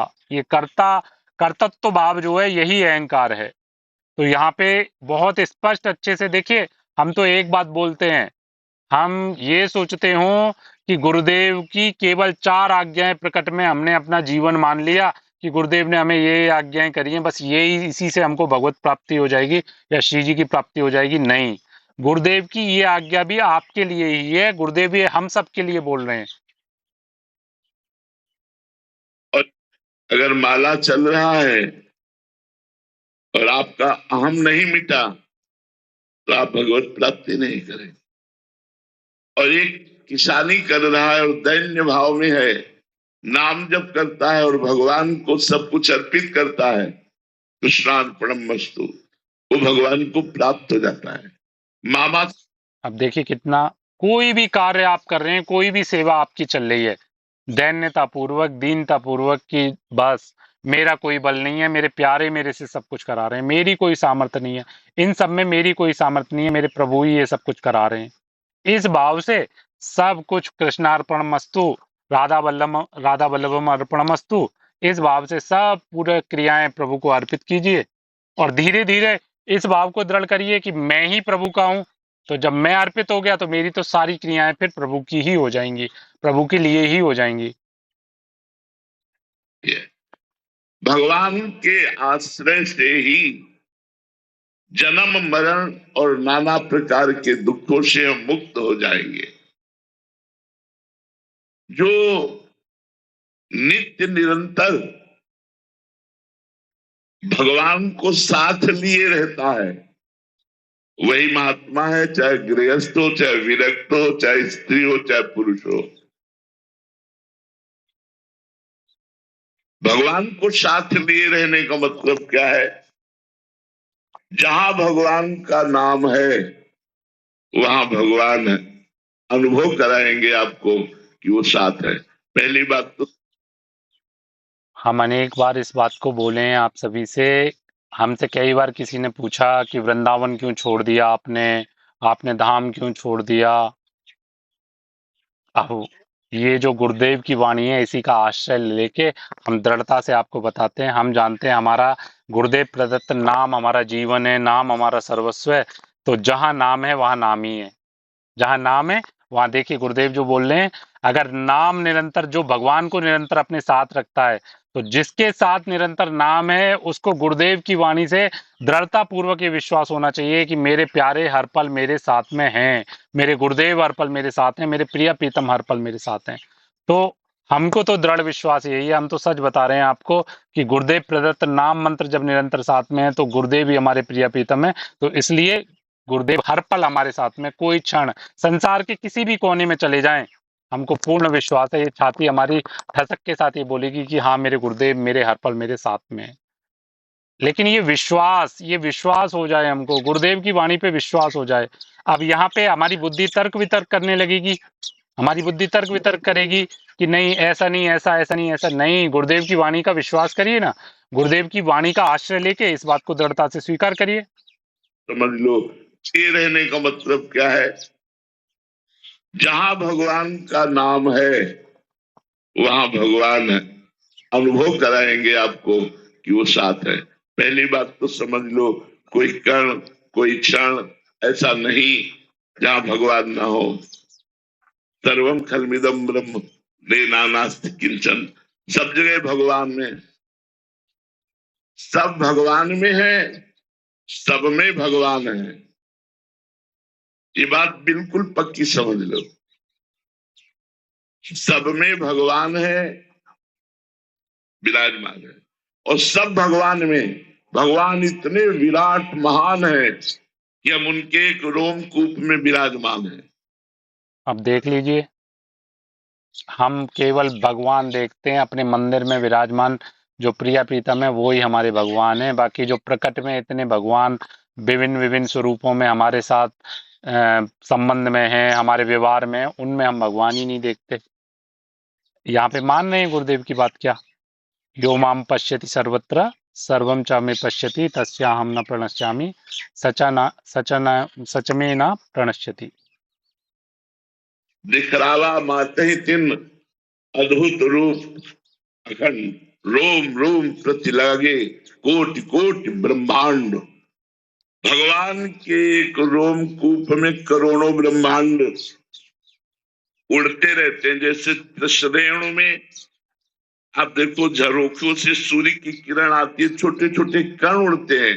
ऐसे भगवान ब्रह्मांड निकाया निर्मित माया रोम रोम प्रतिवेद है। तो एक ब्रह्मांड है, उस ब्रह्मांड में ये भारत देश है, उस भारत देश के किसी कोने में हम हैं तो भगवान में ही है। सब भगवान में और भगवान सब में। युमाम पश्यति सर्वत्र सर्वम च मयि पश्यति तस्याहम न प्रणश्यामि सचम न मे प्रणश्यति। जो सब जगह मुझे देखता है और सबको मेरे में देखता है, मैं उससे कभी अलग नहीं रहता। तो पहली बात, मुख में हो राम नाम राम तेरे हाथ में, बंदे तू अकेला नहीं राम तेरे साथ में। भगवान का नाम जप करने वाले के साथ भगवान है, ऐसा अनुभव होने लगता है। अब भगवान को लेकर के, उनकी स्मृति को लेकर के आप जो कर्म करेंगे वो भगवद अर्थ कर्म होगा, और वो आपको दुखों से, संकटों से, विपत्ति से, नाना प्रकार के शोक से और जड़ा मृत्यु से, बुढ़ापा और मृत्यु से बचा लेगा। इसलिए अब देखिए, यहाँ पे हम केवल अब भोजन बना रहे हैं, हम गृहिणी हैं, हम भोजन बना रहे हैं, बस नाम जब चल रहा है और भोजन बन रहा है। भजन, विशुद्ध भजन। नौकरी कर रहे हैं, सेवाएं कर रहे हैं अपनी, कोई भी सेवा चल रही है और अंदर ही अंदर हमारा नाम जब चल रहा है, विशुद्ध भजन, प्योर भजन। वो भजन आपको सच बता रहे हैं, एक तरीके से देखा जाए तो मंदिर में बैठ के माला करने से या घर में बैठ के एकांत में बैठ के माला करने से कई गुना ज्यादा बड़ा भजन है। क्यों? वहां हम अपनी सांसारिक सेवाएं, संसार के सारे लोगों के बीच में रहते हुए भी हम भजन चिंतन कर रहे हैं। वो माला एकांत में बैठी हुई माला से भी कई गुना श्रेष्ठ है। तो भजन करने की जब बात आती है तो हम भजन का स्वरूप ही नहीं समझ पा रहे। हमने भजन को बांध दिया एक वेश में, एक स्वरूप में, कुछ विशिष्ट क्रियाओं में ही हमने भजन को बांध दिया, जबकि नहीं। अरे हम कहते हैं कि 24 घंटे भजन है, 24 घंटे। वैसे तो प्रकट में 24 घंटे भजन हमसे नहीं हो सकता, लेकिन अगर हम चिंतन परिवर्तित करें तो 24 घंटे भजन है। 6 घंटे जो सोने में, 7 घंटे, 5 घंटे जो हम सोने में व्यतीत करते हैं, अगर सोते समय, जिस समय हम निद्रा के लिए जा रहे हैं, उस समय राधा राधा राधा राधा राधा राधा राधा ऐसा करते करते कब सो गए पता ही नहीं पड़ा। हाथ में काउंटर लगा हुआ है, काउंटर के साथ में कब सो गए पता ही नहीं पड़ा। जैसे ही आंख खुली तो ध्यान आया हाथ में काउंटर है, राधा राधा राधा। 6 घंटे 7 घंटे जो भी सोए हैं वो पूरा भजन, पूरा भजन, पूरा भजन में गिनती है वो, पूरी भजन में जितनी भी क्रियाएं कर रहे हैं सब में हम प्रभु का चिंतन करें, सब में प्रभु का चिंतन करते हुए क्रियाएं करें, सब भजन है, सारा भजन है। अरे भजन, हम तो कहते हैं कि भजन को इतना टिपिकल बना दिया है, इतना इतना कठिन बना दिया है कि अरे नहीं भजन नहीं। अरे हम कहते हैं भजन से ज्यादा सहज शायद कुछ है ही नहीं, भजन करने से ज्यादा सहज कुछ भी नहीं है। भगवान का स्मरण करते हुए भगवान के लिए कर्म किए जाएं तो हम जन्म और मृत्यु से मोक्ष को प्राप्त हो जाएं। भगवान कहते हैं कि मैं सबको स्वतः प्राप्त हूं, मेरे लिए कोई प्रयास करने की जरूरत नहीं। प्रयास उसके लिए किया जाता है जो बहुत दूर हो। भगवान हमारे हृदय में ही बैठे हुए हैं। स्वतः सिद्ध भगवान हमारे हृदय में है। बस स्मृति की आवश्यकता है। अगर हमारा कोई प्रयास है तो वो स्मृति है। हर समय भगवान के स्मरण में रहना, भगवान की याद में रहना। अगर हमारी स्मृति संसार में ही है तो ना हम साधक हैं, ना हम भगवत प्राप्ति कर पाएंगे। हमें उठते बैठते चलते फिरते राधा राधा राधा राधा स्मरण करना है। तो जो स्वतः प्राप्त भगवान है वो हमारे हृदय में ही प्रकाशित हो जाएंगे। सबसे पहला दर्शन हृदय में होता है। किसी को भी भगवत साक्षात्कार होता है तो बाहर नहीं, पहले हृदय में होता है। फिर जो मानस नेत्र है, इन नेत्रों से नहीं होता। मानस नेत्र, उर के नयन निहार, उन नेत्रों का प्रकाश जब इन नेत्रों में होता है तो चराचर जगत में भगवान दिखाई देते हैं। जड़ चैतन्य कछु नहीं दिखत, जहां दिखत तहां श्याम खड़े, विह्वल विकल संभार नूतन की, नैना घूमत रूप भरे। प्रभु बस जाते हैं। जिस व्यक्ति को, जिस जड़ वस्तु को वो देखता है तो अपना श्याम सुंदर दिखाई देता है, दूसरा नहीं। जित देखो चित श्याममय, ये स्मृति से प्राप्त होता है। जो साधक, चाहे वो गृहस्थ हो या विरक्त, भगवान के लिए इसका कोई भेद नहीं है। पुरुष नपुंसक नारीवा, जीव चराचर कोई, सर्व भाव भज कपट तजी, मोह परम प्रिय सोई। परम प्रिय सोई, वो परम प्रिय है, चाहे स्त्री हो, पुरुष हो, नपुंसक हो, कोई भी हो। पुरुष नपुंसक नारीवा, जीव चराचर कोई, चराचर जीव कोई भी हो, जो भगवान का भजन करता है वो भगवान को प्रिय होता है। और जिस पर भगवान की कृपा होती है तो संकट विपत्ति दुख ये आते नजर आएंगे पर प्रभाव नहीं दिखा पाएंगे।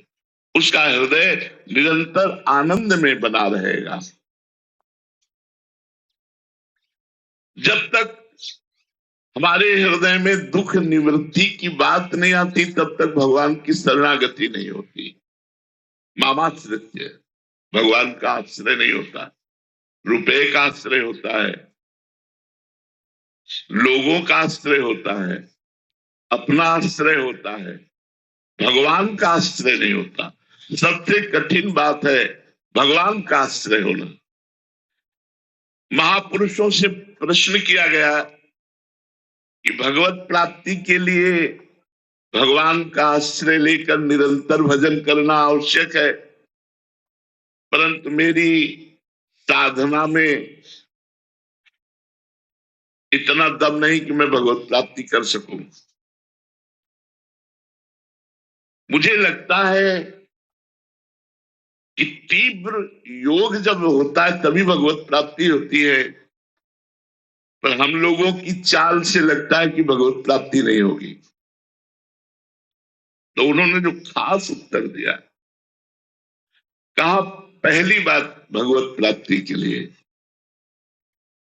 हम भगवान के हैं, इसमें कौन सा जप तप करने की बात है।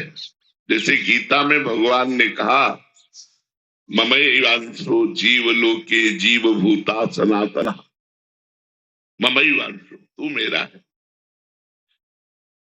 भगवान को हम अपना क्यों नहीं मान पा रहे। भगवान हमारे हैं, श्री कृष्ण हमारे हैं, श्री लाडली जो हमारी है, हम क्यों नहीं मान पा रहे। क्योंकि हमारी मान्यता माता पिता पुत्र पत्नी परिवार रिश्तेदार नातेदार इनमें फंस गए। इसीलिए हम अपने भगवान को, अपने प्यारे को अपना नहीं मान पा रहे। कहने को है केवल, अपना हृदय से नहीं मान पा रहे। जैसे हृदय से हम माँ को माँ मानते हैं, पिता को पिता मानते हैं, पुत्र को पुत्र मानते हैं, पत्नी को पत्नी मानते हैं और हृदय से प्यार है। हम उनका स्मरण करते नहीं, लेकिन वो कभी भूलते भी नहीं। ये है अपना मानने का फल कि हम पत्नी पुत्र आदि को चिंतन करने नहीं बैठते ऐसे ध्यान, लेकिन कभी भूलते भी नहीं। यहाँ पे जो गुरुदेव बात कह रहे हैं, बहुत ध्यान से देखिएगा इस बात को। हम कह सकते हैं कि हमें प्रभु से प्रेम है, हम प्रभु से बहुत प्रेम करते हैं, हम गुरुदेव से बहुत प्रेम करते हैं, लेकिन वास्तविकता में जैसे एक बार ये बता दिया जाए, एक बार ये संबंध मान्यता में आ जाए कि ये मेरे माता पिता हैं, जरा देखिए कितनी बार भजन किया माता पिता के संबंध को स्थापित करने के लिए। एक बार ये पता पड़ गया कि ये पति है, ये पत्नी है, ये संतान है, ये भाई है, ये बहन है, ये चाचा है, ये ताऊ है, कितनी बार भजन किया। आप एक बात बताओ ना, एक बार जब मानस पटल में ये बात बैठ गई कि ये मेरे चाचा हैं, ये मेरे मामा हैं, ये मेरे ताऊ हैं, ये मेरे पिता हैं, ये मेरे भाई हैं, कितनी बार भजन करने की आवश्यकता पड़ी, कितनी बार उनसे संबंध बनाने की, मानने की बात पड़ी। केवल आपके हृदय में दृढ़ता से स्वीकार्यता हो गई और उनसे प्रेम, उनसे आपका संबंध बिल्कुल दृढ़। लेकिन प्रभु से आपको बार बार कहा जा रहा है कि हम प्रभु के हैं, हम उनके हैं, हम गुरुदेव के हैं, लेकिन इतना सुनने के बाद भी गुरुदेव कह रहे हैं, शास्त्र कह रहे हैं, तमाम महापुरुष कह रहे हैं, लेकिन हम क्यों नहीं इस संबंध को स्वीकार कर पा रहे? क्यों? क्योंकि हमारी स्वीकार्यता नहीं है, हमारा प्रेम नहीं है उनसे। अरे अगर प्रेम हो जाए तो बताओ ना आप, प्रेम हो जाए तो फिर जैसे इन सांसारिक संबंधों में हमें कहीं भी रटना नहीं पड़ता, बैठ के भजन नहीं करना पड़ता, बैठ के कोई तपस्या नहीं करनी पड़ती इन संबंधों को स्थापित करने के लिए। ऐसे ही अगर अब प्रभु से हमारा दृढ़ संबंध अगर हो जाए, प्रभु से हमारा संबंध स्वीकार हो जाए कि हाँ प्रभु मेरे, मैं प्रभु का, तो कोई भजन करने की आवश्यकता नहीं है, कोई साधन करने की आवश्यकता नहीं है। और अंतिम बात बस यही है कि मैं आपका, अंतिम जो अंतिम स्थिति है वो यही है कि मैं आपका हूं, आप मेरे। ऐसे जब हम भगवान को अपना मान लेते हैं तो भगवान का भजन श्रोता होने लगता है। तो सबसे पहली बात है, सबको ये मानना चाहिए भगवान मेरे और मैं भगवान का, प्रियालाल मेरे और मैं प्रियालाल का। बिल्कुल पक्की बात समझ लीजिए, इतना मानना ही केवल आपका परम मंगल होना शुरू कर देगा। परम मंगल। हम आप सभी जन से कहते हैं ना बार बार कि हमारे लिए तो हमारे गुरुदेव ही हमारी श्री जी हैं, हमारे गुरुदेव ही तो हमारे लिए लालजू लाडली जो है ना। और हम इसी बात पे रोज आपको जोर दे रहे हैं कि बस यही बात मान लीजिए आप, और देखिएगा फिर आप, हम सच बता रहे हैं, सच बता रहे हैं, आपको अपना अनुभव बता रहे हैं, और जो अनुभव जिनको हो रहे हैं उनके अनुभव के आधार पे हम कह रहे हैं कि बस इस बात को स्वीकार कर लीजिए। हमने कहा था ना अभी पूर्व में कि कोई हमसे कहता कि हमसे कोई प्रकट में अगर ऐसा कभी हमारा विधान बना कि कोई कहे कि हम आपको गुरु भाव से स्वीकार करना चाहते हैं, तो हम उसको कोई मंत्र नहीं देंगे, कोई शरणागति निज मंत्र नहीं देंगे। हम उसको यही कहेंगे कि बस रटो मालाएं, मेरे गुरुदेव, मेरे गुरुदेव, मेरे गुरुदेव, मेरे मेरे गुरुदेव, मेरे गुरुदेव, मैं गुरुदेव की, गुरुदेव मेरे, मैं गुरुदेव की, गुरुदेव मेरे। आपको सच बता रहे हैं, हम हृदय की बात बता रहे हैं, अनुभव का विषय बता रहे हैं। अब कैसे हम बार बार जो कहते हैं ना, छाती चीरने की हमारी सामर्थ्य नहीं है, तो छाती चीर के हम दिखाएं कि जैसे ब्लूटूथ से डाटा ट्रांसफर होता है ना, ऐसे सारी स्थितियां गुरुदेव की अपने उस शिष्य के हृदय में आनी प्रारंभ हो जाती हैं बिना किसी प्रयास के, जो ये बात दृढ़ता से स्वीकार कर लेता है कि मेरे गुरुदेव, मैं गुरुदेव की। लेकिन बस ये बात ध्यान रखने की है कि कनेक्शन के बीच में कोई भी बाधा नहीं होनी चाहिए। कनेक्शन केवल दो जन का ही हो सकता है, दो डिवाइस का होता है कनेक्शन। ब्लूटूथ से अगर डाटा ट्रांसफर हो रहा है तो एक मोबाइल से दूसरे मोबाइल में ट्रांसफर के लिए केवल दो, तीसरा नहीं चलेगा वहां पे, तीसरा कनेक्शन नहीं चाहिए। तो मैं केवल गुरुदेव का और गुरुदेव मेरे, तो यहाँ तीसरा कोई नहीं होगा मेरे अलावा, मैं और मेरे गुरुदेव ही होंगे, उसके अलावा कुछ नहीं होगा। तो आप पक्का बता रहे हैं हम, आप करके देखिए इस बात को, मतलब नाच ना पड़े, आप नाच ना पड़े कि बस इतनी सी बात कि मेरे गुरुदेव और मैं गुरुदेव की, आप रोगे रोगे कि जिन चीजों के लिए हमने इतना समय बिता दिया, हमारी स्थिति नहीं परिवर्तन में होने में आ रही, वो स्थिति कैसे परिवर्तित हो गई पता ही नहीं पड़ा। मैं प्रभु का हूं, प्रभु में। एक गोस्वामी तुलसीदास जी ने बड़े अनुभव से कहा है, बिगड़ी जन्म अनेक की, अब ही सुधरे आज, वही राम को। मैं भगवान का हूं। ये बात जब हृदय में बैठ जाएगी, मैं भगवान का हूं, तो धीरे धीरे ये ममता हट जाएगी। निर्ममो, ये जो संसार के रिश्ते नाते संबंधों में ममता है, यही हमारी दुर्गति का कारण है। मोह के कारण आप मान नहीं पा रहे, इन्हीं में भगवत भाव करके नाते नेह राम के मनियत, पत्नी में, पुत्र में, परिवार में अगर भगवत भाव हो जाए, या ये सब प्रभु के हैं ऐसा मान लिया जाए, नाथ सकल संपदा तुम्हारी, मैं सेवक समेत सुत नारी, तो बंधन कट जाए। लेकिन दो में एको बात नहीं मानने के लिए तैयार है हम। जबान से केवल कह रहे हैं, हृदय से हम नहीं मान पा रहे। अगर ऐसा मान ले कि शरीर के सहित जितने रिश्ते नाते हैं वो सब भगवान के ही है, सब में भगवान है, तो ममता नष्ट हो जाए। ये ममता इतनी घातक है कि सब कुछ छोड़ करके, राज्य परिवार सब कुछ छोड़ करके गंडकी नदी के किनारे भगवान का भजन करने का अनुष्ठान लिए हुए भरत जी के हृदय में मृग की बच्चे से ममता हो गई, तो अगला शरीर मृग का मिला। इतनी खतरनाक है ममता, और हम सबसे ममता किए हुए हैं, लेकिन भगवान से नहीं। और भगवान की प्राप्ति के लिए, दुखों की निवृत्ति के लिए भगवान से ममता करनी होगी। ममता नित्य विहार में, समता सब संसार में, सब में समभाव भगवत भाव, और प्यार तो केवल लाडली लाल से, प्रियालाल से। ऐसा कैसे हो सकता है? इसका उपाय क्या है? संत संग।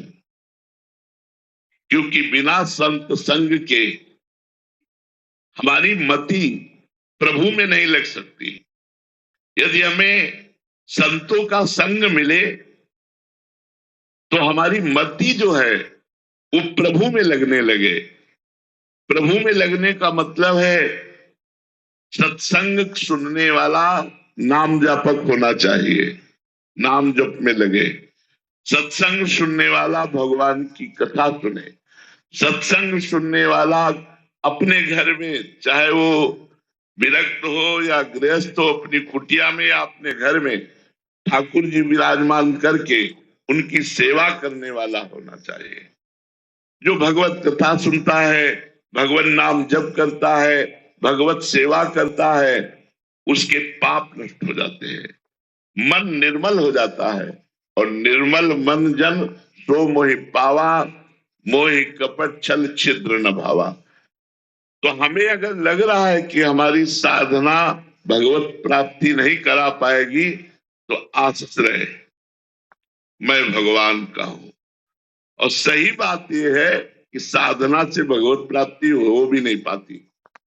बस ये बात अगर हमारी समझ में आ जाए ना, ये एक सिंगल लाइन जो गुरुदेव ने बोली है, साधना से भगवत प्राप्ति हो भी नहीं पाती।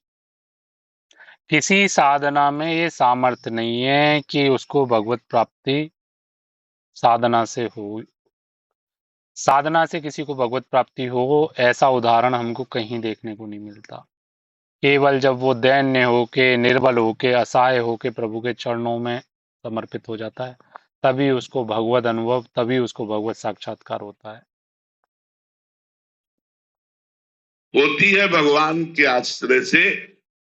अंत में ये अनुभव में आता है, जैसे हरिराम व्यास जी ने अनुभव किया, काहू के बल भजन को काहू के आचार, पर व्यास भरोसे कुंवर के सोवत पाओ पसार। भरोसा मानुषित, मेरे आश्रित, जो प्रियालाल के आश्रित है उसका कल्याण निश्चित हो जाता है। इसलिए आपको एक सरल बात बता रहे, कुछ बने ना बने, थोड़ी थोड़ी देर में अगर ये याद करते रहो कि मैं प्रभु का और प्रभु मेरे, तो फिर आप चमत्कार देख लो इस बात का। इस बात का आप चमत्कार अपने जीवन में देख लो। थोड़ी थोड़ी देर में याद करते रहो, मैं श्यामा श्याम का, श्यामा श्याम मेरे, मैं भगवान का, भगवान मेरे। जो भगवान के आश्रित होता है, अगर उससे गलत कर्म भी हो जाते हैं, पाप कर्म भी बन जाते हैं, तो भगवान के आश्रय के संबंध के कारण भगवान उसके सारे पाप क्षमा कर देते हैं। इसीलिए गीता जी में बड़े, अब यहीं पे देखिए, अब यहीं मतलब कई बार ऐसी स्थिति आई है। अब यहाँ जो बात गुरुदेव ने कही है, इस बात को सुन के तुरंत हमारे हृदय में ये भाव, एक प्रमाद आ जाएगा कि नहीं, त्रुटि हो जाए, अपराध हो जाए, जान के हमसे, चलो ये गलती होती है तो कोई बात नहीं। गुरुदेव स्वयं कह रहे हैं कि जो भगवान के आश्रित होता है उसके अपराधों को प्रभु क्षमा कर देते हैं। देखिए, अपराध होना या त्रुटि होना और जान के अपराध करना, इन दोनों में अंतर है। पूर्व का अभ्यास है, इंद्रियों का, पूर्व का अनंत जन्मों का मन का अभ्यास है। हो गई त्रुटि, हमसे गलती हो गई, हमने शास्त्र विरुद्ध, गुरुदेव के विरुद्ध कोई आचरण हमसे हो गया, लेकिन अब उसके लिए हम जल रहे हैं, बहुत जल रहे हैं कि नहीं, हमसे त्रुटि हो गई। लेकिन जान के ये बात कि हाँ गुरुदेव ने कह दिया है तो ये तो चलो हो रहा है, होने दो, बाकी हम भजन तो कर ही रहे हैं, ये गलत है। ये चीज नहीं स्वीकार होगी कि हम जानते हैं कि अमुक अपराध है, अमुक कार्य करना गलत है, लेकिन हम नाम का आश्रय लेके, गुरुदेव की वाणी का आश्रय लेके, श्री जी का आश्रय लेके हम उसको करे जा रहे हैं, करे जा रहे हैं, करे जा रहे हैं, तो वो तो फिर सब गिना जाएगा, सब फिर उसका विधान होगा, दंड विधान होगा। हाँ, हमारा पूर्व का अभ्यास था, हम जल रहे हैं, छोड़ना चाह रहे हैं उसको, लेकिन नहीं छूट रहा, तो ऐसी अपराध को, ऐसी त्रुटि को प्रभु नहीं मानते हैं। लेकिन इसी बात को सुन के बहुत से जन, क्योंकि होता क्या है, हम बात, जो मन जो होता है वो अपने गलत करने के अनुकूल बात को आश्रय ले लेता है, गुरुदेव की वाणी का, शास्त्रों की वाणी का, और उसके आधार पे वो गलत करता है। चोर की बात, तो जो भगवान के आश्रित होता है, अगर उससे गलत कर्म भी हो जाते हैं, पाप कर्म भी बन जाते हैं, तो भगवान के आश्रय के संबंध के कारण भगवान उसके सारे पाप क्षमा कर देते हैं। ये बात हम बार बार आप सभी से कह रहे हैं, ये जो बात अभी सुनी है ना, इससे तुरंत मन कहेगा कि अरे गुरुदेव ने कह दिया है, कोई बात नहीं, ये जो कुछ खाते हैं, कुछ पीते हैं, कुछ गलत करते हैं, चल रहा है, ये तो चलने दो, प्रभु तो इसको क्षमा कर देंगे, प्रभु इसमें कोई बात नहीं, इसको तो क्षमा कर देंगे। नहीं, यही बात समझने की है कि जानबूझ के प्रमादवश जो अपराध किए जाएंगे उसकी कोई माफी नहीं है। त्रुटिवश हो गया, हमसे अनजाने में हो गया, या पूर्व का अभ्यास है। पूर्व के अभ्यास का भी मतलब क्या, हम जानते हैं ये गलत है, लेकिन वो आदत ऐसी पड़ गई है, वो हमसे नहीं छूट रही, अब वो हो गया, हम जल रहे हैं उसके लिए, बस हम अपने लिए कोई ना कोई मानसिक दंड दे रहे हैं कि नहीं, हमको ये नहीं करना है, रो रहे हैं, गुरुदेव से याचना कर रहे हैं, वो माफ हो जाएगा। लेकिन जान के सुख वृत्ति के साथ में आनंद पूर्वक हम कोई त्रुटि अपराध कर रहे हैं, तो वो माफ नहीं होगा, उसको माफ नहीं किया जाएगा। इसीलिए गीता जी में बड़े जोर की बात ये कही, सर्वधर्मान परित्यज्य मामेकम शरणम व्रज, अहम त्वाम सर्व पापेभ्यो मोक्षयिष्यामि मा शुचः। यदि तुम समस्त धर्म का आश्रय छोड़कर केवल मेरा आश्रय लो, भागवत धर्म, मेरे आश्रित के सारे पाप मैं स्वयं नष्ट करता हूं। हमारे द्वारा कुछ अच्छे कर्म होते हैं, कुछ बुरे कर्म होते हैं, हम इस प्रपंच से नहीं निकल पाएंगे। हमारी बुद्धि कभी भगवान की तरफ जाती, कभी भोगों की तरफ जाती है। हमारा मन कभी थोड़ी देर भगवान में लगता है तो कभी संसार में लगता है। ऐसे मन से, ऐसी बुद्धि से भगवत प्राप्ति नहीं होती। पूर्ण रूप से भगवान में स्थित मन बुद्धि हो। मय्येव मन आधत्व, मई बुद्धि निवेश है, हमसे नहीं हो पाएगा। क्या करें? ऐसे हो जाए। किसी की तपस्या बल है, किसी के भजन बल है, आश्रय बल। जिसको भगवान के आश्रय का बल है, लाडली जी के चरणों का आश्रय है, वो इस संसार से निकल जाता है। तो पहली बात, मैं भगवान का हूं, भगवान मेरे हैं। जरा मरण मोक्ष है, इससे मुक्त होने के लिए माम आश्रित्य, मेरे आश्रित, ये बात बैठा लो। इसमें बड़ी कृपा की बात कह रहा हूं। ये संबंध मानने मात्र से माया अपने आप हट जाएगी, भ्रम अपने आप हट जाएगा। जास कृपा सब भ्रम मिट जाई, गिरजा सोई कृपालु रघुराई। भगवान का आश्रय लेते ही माया कांपने लगती है, माया हट जाती है, माया गुप्त हो जाती है, माया लुप्त हो जाती है। इसीलिए भगवान ने कहा है, दैवी है सा गुणमयी मम माया दुरतया, मामेव ये प्रपद्यन्ते माया में ताम तरंति ते। जो केवल मेरी शरण में होते हैं वो माया से तर जाते हैं।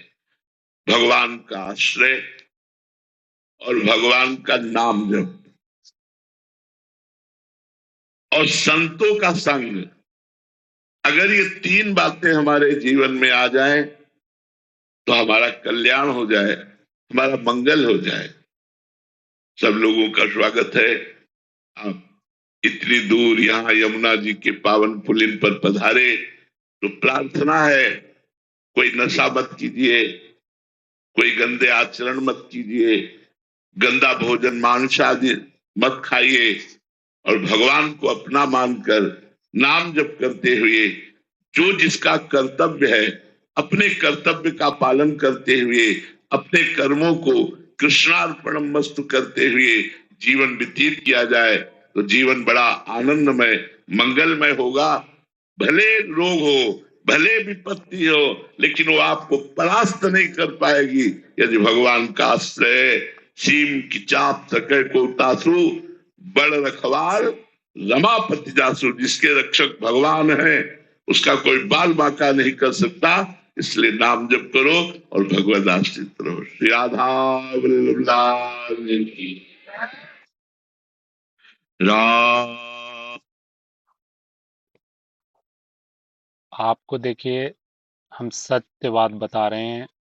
हम अगर गुरुदेव हमारे लिए हमारे जीवन है, प्राण हैं, सर्वस्व हैं, गुरुदेव के अलावा हम कुछ नहीं जानते और गुरुदेव से बढ़ के हमारे लिए कोई नहीं है। हम गुरुदेव की शपथ खा के कह रहे हैं, हम कोई दैन्यतावश नहीं कह रहे कि नहीं आपको लगता हो कि हम दैन्यतावश कह रहे हैं। हमारा ना कोई भजन है, ना कोई साधन है, ना कोई उपासना है, ना कोई साधना है, ना कोई दिनचर्या है, ना कोई रहनी है। केवल हमारे पास है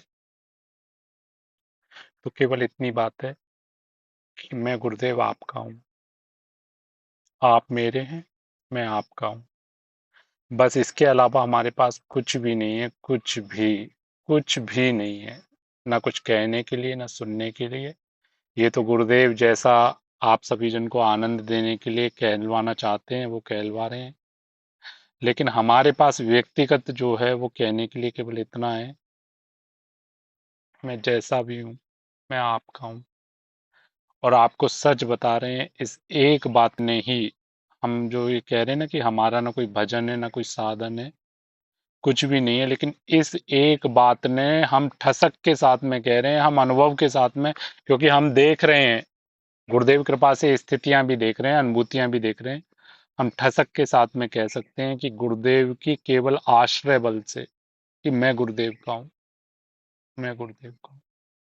बस इस बात ने इस अधम को वो दे दिया है जिसको प्राप्त करने के लिए मार्ग चुना जाता है, जिस लक्ष्य की प्राप्ति के लिए इस मार्ग पे चला जाता है, वो गुरुदेव ने गोद में बैठा के बहुत सहजता से खेल खेल में दे दिया, खेल खेल में। आपको बार बार हम कहते हैं ना कि हमको अब कुछ पाना बाकी नहीं है, कुछ पाना बाकी नहीं है, केवल केवल खेल देख रहे हैं उनका कि वो इस यंत्र से क्या करवा रहे हैं। बस श्वासें गिनी जा रही हैं, गिनती हो रही है श्वासों की, कब श्वासें पूर्ण हो जाएं, बस उसी बात की प्रतीक्षा हो रही है। मृत्यु महोत्सव का इंतजार हो रहा है कि कब मृत्यु महोत्सव मने, अन्यथा हमको कुछ भी नहीं पाना बाकी बचा है। जो गुरुदेव जिस अपने को पहचानने की, अपने को अनुभव करने की जो यात्रा गुरुदेव करवा रहे हैं, वो गुरुदेव कृपा से बिल्कुल सहजता से अनुभव का विषय है। तो हम ये बात बार बार आपके सामने इसलिए बोलते हैं कि आप ये समझ पाओ, क्रियाओं से कभी भगवत प्राप्ति ना हुई है ना हो पाएगी। आप जिन क्रियाओं में बंध के भगवत प्राप्ति करना चाहते हैं, उनसे कभी भगवत प्राप्ति नहीं होगी, श्री जी की प्राप्ति नहीं होगी। श्री जी का आनंद, प्रिया प्रीतम का आनंद, प्रिया प्रीतम की अनुभूति, गुरुदेव का आश्रय, गुरुदेव का दर्शन, गुरुदेव के चिदानंद देह के दर्शन, वो केवल गुरुदेव के आश्रय से प्राप्त होंगे। गुरुदेव के हो जाओ, जैसे भी हो गुरुदेव के हो जाओ। अभी गुरुदेव ने कहा ना सत्संग में कि थोड़ी थोड़ी देर में हमको ये कहना चाहिए कि हम आपके हैं। तो थोड़ी थोड़ी देर में हमको ये चिंतन होना चाहिए, कुछ भी क्रियाएं कर रही हैं, गुरुदेव मैं जैसा भी हूं मैं आपका हूं, मैं जैसी भी हूं मैं आपकी हूँ। गुरुदेव मैं आपकी, केवल आपकी। हम सच बता रहे हैं, आपको सच बता रहे हैं। जिसने ये कहना चालू किया ना, जो गुरुदेव के पास है वो सब कुछ आपका। फिर जो गुरुदेव के पास स्थिति है, जो गुरुदेव के पास आनंद है, वो सब आपका। केवल इतना कहने मात्र से, केवल इतना कहने मात्र से कि गुरुदेव मैं जैसी भी हूं मैं आपकी हूँ। आश्रय आश्रय आश्रय, इसके अलावा कुछ भी नहीं। अरे ये अनेक बार हम बोल चुके गुरुदेव, अनेक बार गुरुदेव के मुख से सुना होगा कि ये जितनी भी सत क्रियाएं हैं, ये असत क्रियाओं को मिटाने के लिए, जितनी भी भागवतिक क्रियाएं सांसारिक क्रियाओं को खत्म करने के लिए, जितना भी भागवतिक चिंतन है ये सांसारिक चिंतन को नष्ट करने के लिए। लेकिन जो प्रिया प्रीतम की प्राप्ति होगी, जो जो अनुभव होगा हमको, जो जीवन मुक्त अवस्था प्राप्त होगी, वो केवल केवल आश्रय से और कृपा से प्राप्त होगी। तो इसलिए आप सभी से कहते हैं कि बार बार इस बात को दृढ़ता से स्वीकार कीजिए कि हम जैसे भी हैं हम गुरुदेव के हैं, हम जैसे भी हैं हम अपने प्यारे के हैं। बस इस बात को दृढ़ता से आप स्वीकार करिए। थोड़ी देर नेत्र बंद करके अनुभव करेंगे, जैसे जैसा भाव अनुभव में आएगा वैसा अनुभव करेंगे।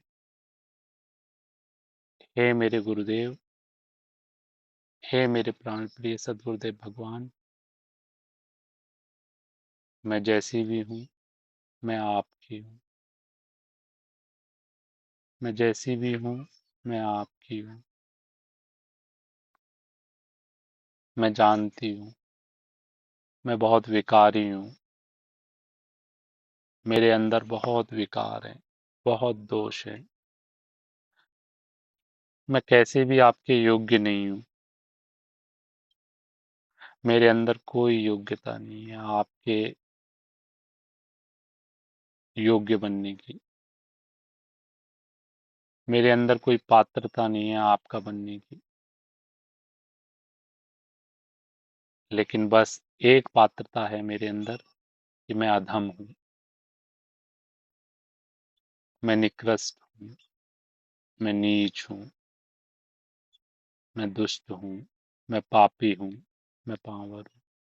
बस ये योग्यता मुझे दिखती है आपके, आपका बनने योग्य। बाकी और कोई योग्यता मेरे अंदर नहीं है, क्योंकि आप ही महाप्रभु हो ना, आप ही हित सजनी जी हो, आप ही महाप्रभु हो।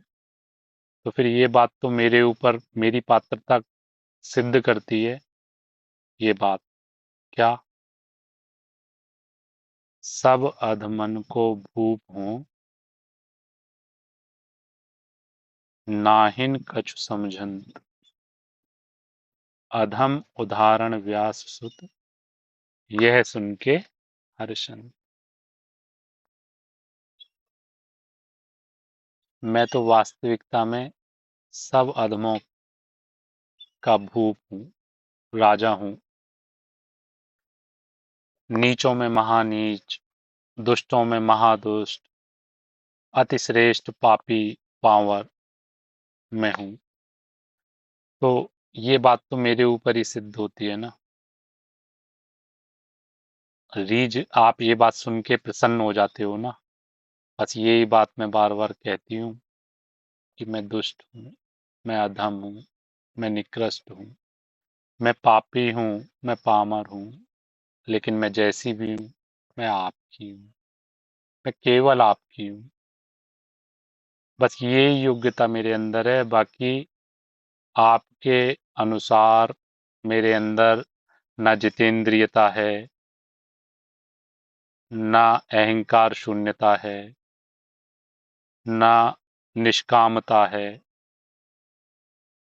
न धैर्य है, न क्षमा है, ना मैं राग द्वेष रहित हूँ। सब दोष मेरे अंदर हैं, लेकिन इन दोषों के होते हुए भी मेरा एक गुण इन सब दोषों पे भारी पड़ता है। क्या? कि मैं अधम हूँ, मैं अधमाति अधम हूँ। और आप तो केवल केवल मुझ जैसे अधम को ही तारने के लिए मेरे गुरुदेव के रूप में आप आए हो। करुणामयी सरकार, मेरी लाडली जो सरकार, मैं जैसी भी हूँ मैं आपकी ही हूँ, मैं केवल आपकी हूँ। और मैं आपकी हूँ ये बात सिद्ध होती है। कैसे? इस बात का सिद्ध प्रमाण है, मैं नहीं जानती थी आपको, मैं नहीं जानती थी आपके मार्ग को, मैं नहीं जानती थी आपके नाम को, मैं नहीं जानती थी आपकी उपासना को। बताओ ना आप, मैंने क्या प्रयास किया आपकी तरफ आने का? मैं क्या अपने भाव से आकर्षित हुई आपकी ओर? नहीं, आपने सम्मोहन किया, आपने जादू कर दिया, आपने जादू करके खींच लिया, संसार से खींच लिया मुझे। अब संसार से खींच के जिम्मेदारी तो आपकी ही बनती है ना, कि जब संसार रूपी घर से आपने खींचा तो अब नया ठिकाना तो आपको ही देना पड़ेगा ना। आपने संसार छुड़वाया, संसार से आप अलग किए, तो अब नया संबंध, नया आश्रय तो आपको ही देना पड़ेगा। और वो नया ठिकाना है आपके चरण कमल। आपके चरण कमल रूपी आश्रय में ही मैं अब अपना निवास बनाना चाहती हूँ। मेरा जीवन, पूरा जीवन आपके चरण कमल रूपी महल में मेरा जीवन आनंद के साथ में कटे। मैं आपके चरण कमलों को निहारते हुए ही अपना पूरा जीवन आनंद के साथ में व्यतीत करूं। हे मेरे सदगुरुदेव भगवान, आपकी जिम्मेदारी है। आप खींचे हो तो आपकी जिम्मेदारी है। मेरा कोई दोष नहीं है अगर मैं इस मार्ग पे नहीं चल पा रही, क्योंकि आप योग्यता देख के थोड़ी खींचे थे, आप गुण देख के थोड़ी खींचे थे, आप तो मेरी अधमता देख के खींचे थे। निश्चित मैं ये बात मैं निश्चित कह सकती हूँ कि आप मेरी अधमता, मेरी दुष्टता देख के, कि ये देखो कितना अधम है, कितना दुष्ट है, कि इसके लिए तो नरक के सारे कोने छोटे पड़ जाएंगे।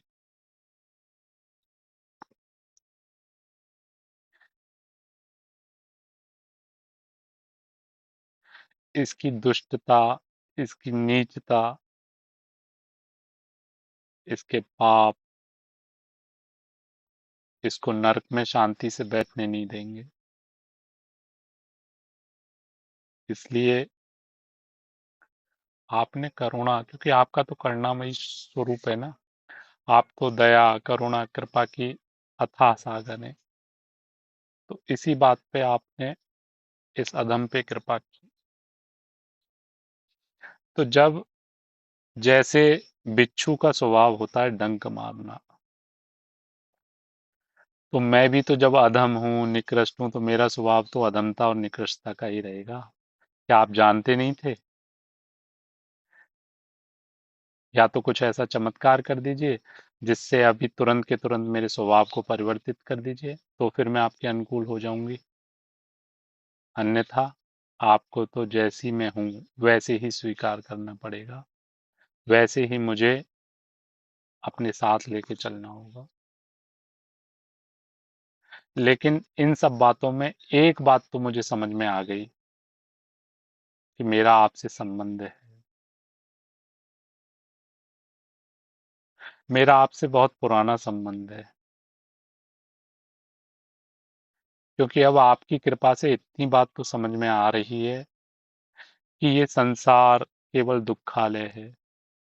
मैं चाह के इस दुख के घर में आनंद पूर्वक अपना समय व्यतीत करने का प्रयास कर रही थी। इस कष्ट में संसार में मैं झूठे संबंधों को अपना माने बैठी थी। लेकिन आज आपकी कृपा से जितना भी आपने अनुभव कराया, इतनी बात तो मेरे को समझ में आ रही है कि नहीं, ये संबंध झूठे हैं और आप ही मेरे सत्य संबंध हैं, आप ही मेरे हैं। लेकिन इस बात को दृढ़ता से आप स्वीकार करा दो, इस बात को आप दृढ़ता से मेरे हृदय में बैठा दो कि नहीं, मेरा अन्य कोई नहीं है, मेरे केवल आप ही हैं, केवल आप ही हैं। आप मेरे ऊपर इतनी कृपा कर दो कि मैं हृदय से इन सारे संबंधों की जड़ काट के केवल आपकी हो जाऊं।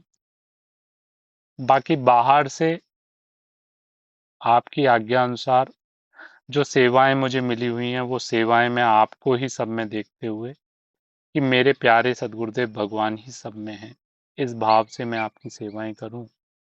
लेकिन हृदय से बस एक ठौर, एक ठिकाना, एक आश्रय, बस आपके चरण कमल, बस आपके चरण।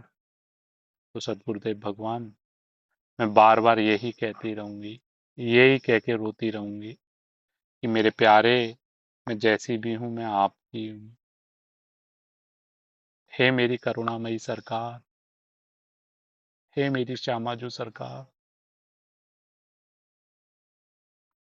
मैं जैसी तैसी आपकी, मैं जैसी तैसी आपकी, मैं जैसी तैसी आप, केवल आप, केवल आपकी।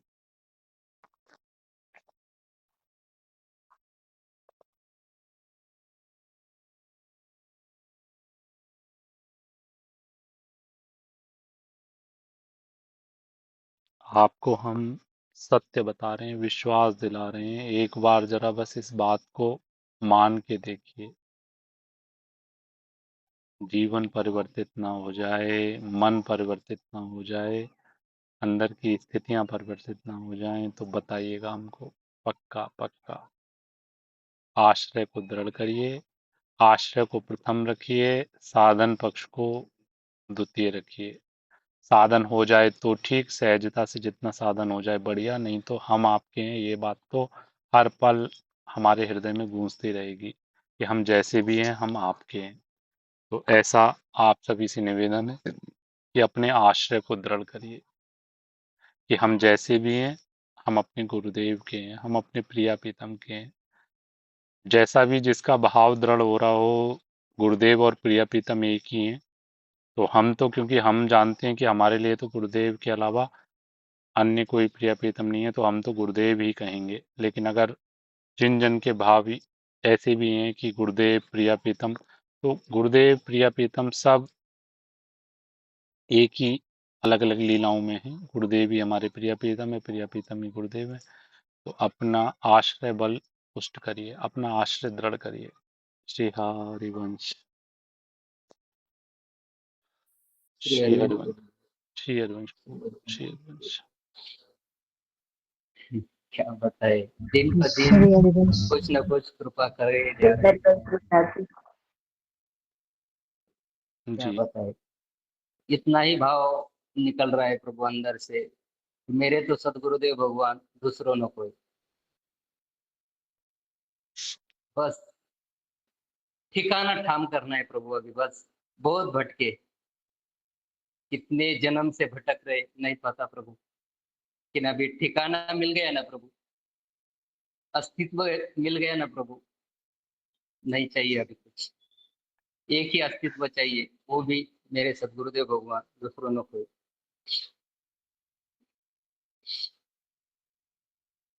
जो करवाएंगे वही करवाएंगे।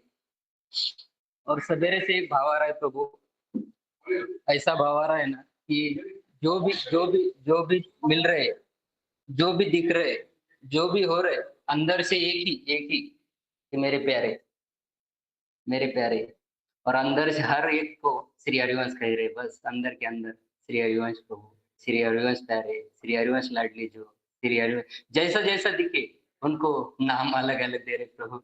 और उनको मनी मन में उनको श्री हरिवंश बोल रहे ना, तो इतना आनंद आ रहा है ना प्रभु अंदर से कि क्या बताए, शब्दों में तो वर्णन नहीं हो सकता उसका। बहुत आनंद आ रहा है प्रभु, बहुत आनंद आ रहा है।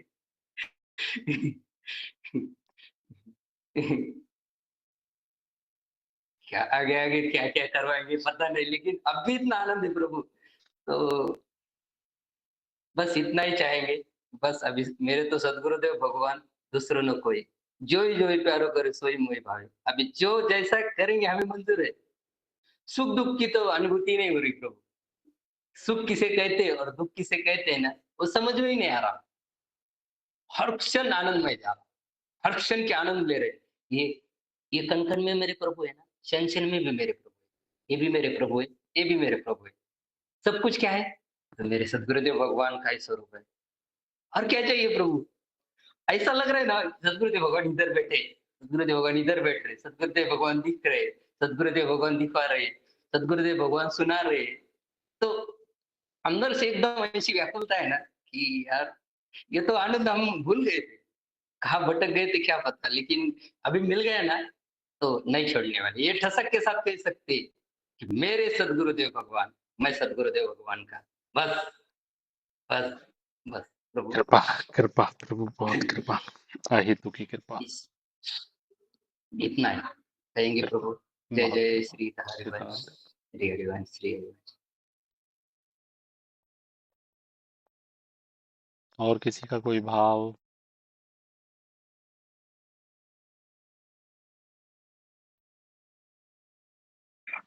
हरिवंश महाराज। श्री हरिवंश की जो।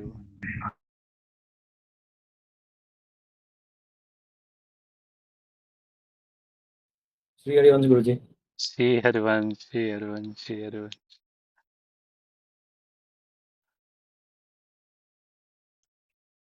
किसी का कोई भाव और? श्री हरिवंश गुरुदेव। श्री हरिवंश की। श्री हरिवंश गुरु जी। श्री हरिवंश, श्री हरिवंश। श्री हरिवंश बाबा। श्री हरिवंश, श्री हरिवंश की। मेरी श्री हरिवंश गुरु जी। श्री हरिवंश 5 साल की बेटी है मेरी, वो भी बोलती है थोड़ा मैं भी गाऊंगी भजन। अच्छा अच्छा। ठीक है, लो लाली ठीक है, राधा रानी का कृष्ण जय जय श्री हरिवंश। रम्या कृष्ण मंत्र देवता सर्वज्ञ सर्ववन्द्या वृंदावन विहारी वृंदराधा नमः वशिष्ठ गोपी मंडल सीता सत्य सत्यभाम सत्यपरा सत्यभामा श्री कृष्ण वल्लभा वृषभानुसुता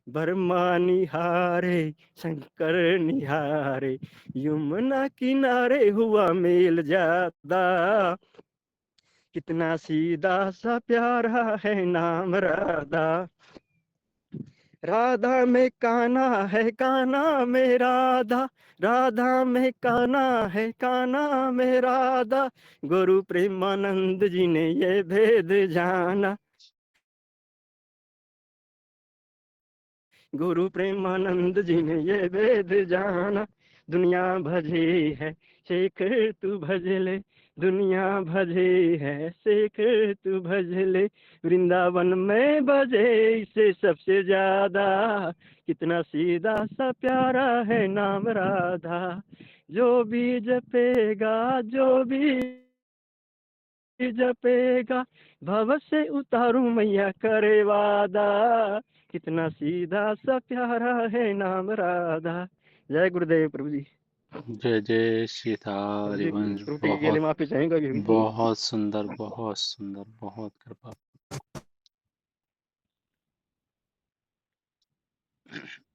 और किसी का कोई भाव? श्री हरिवंश प्रभु। जय जय राधा रमण, श्री हरिवंश प्रभु की चरणों में श्री हरिवंश। श्री हरिवंश बाबा जी। श्री हरिवंश जो श्री हरिवंश। ठीक है फिर। श्री हरिवंश। श्री हरिवंश गुरुदेव। श्री हरिवंश। श्री हरिवंश भैया जी। श्री हरिवंश।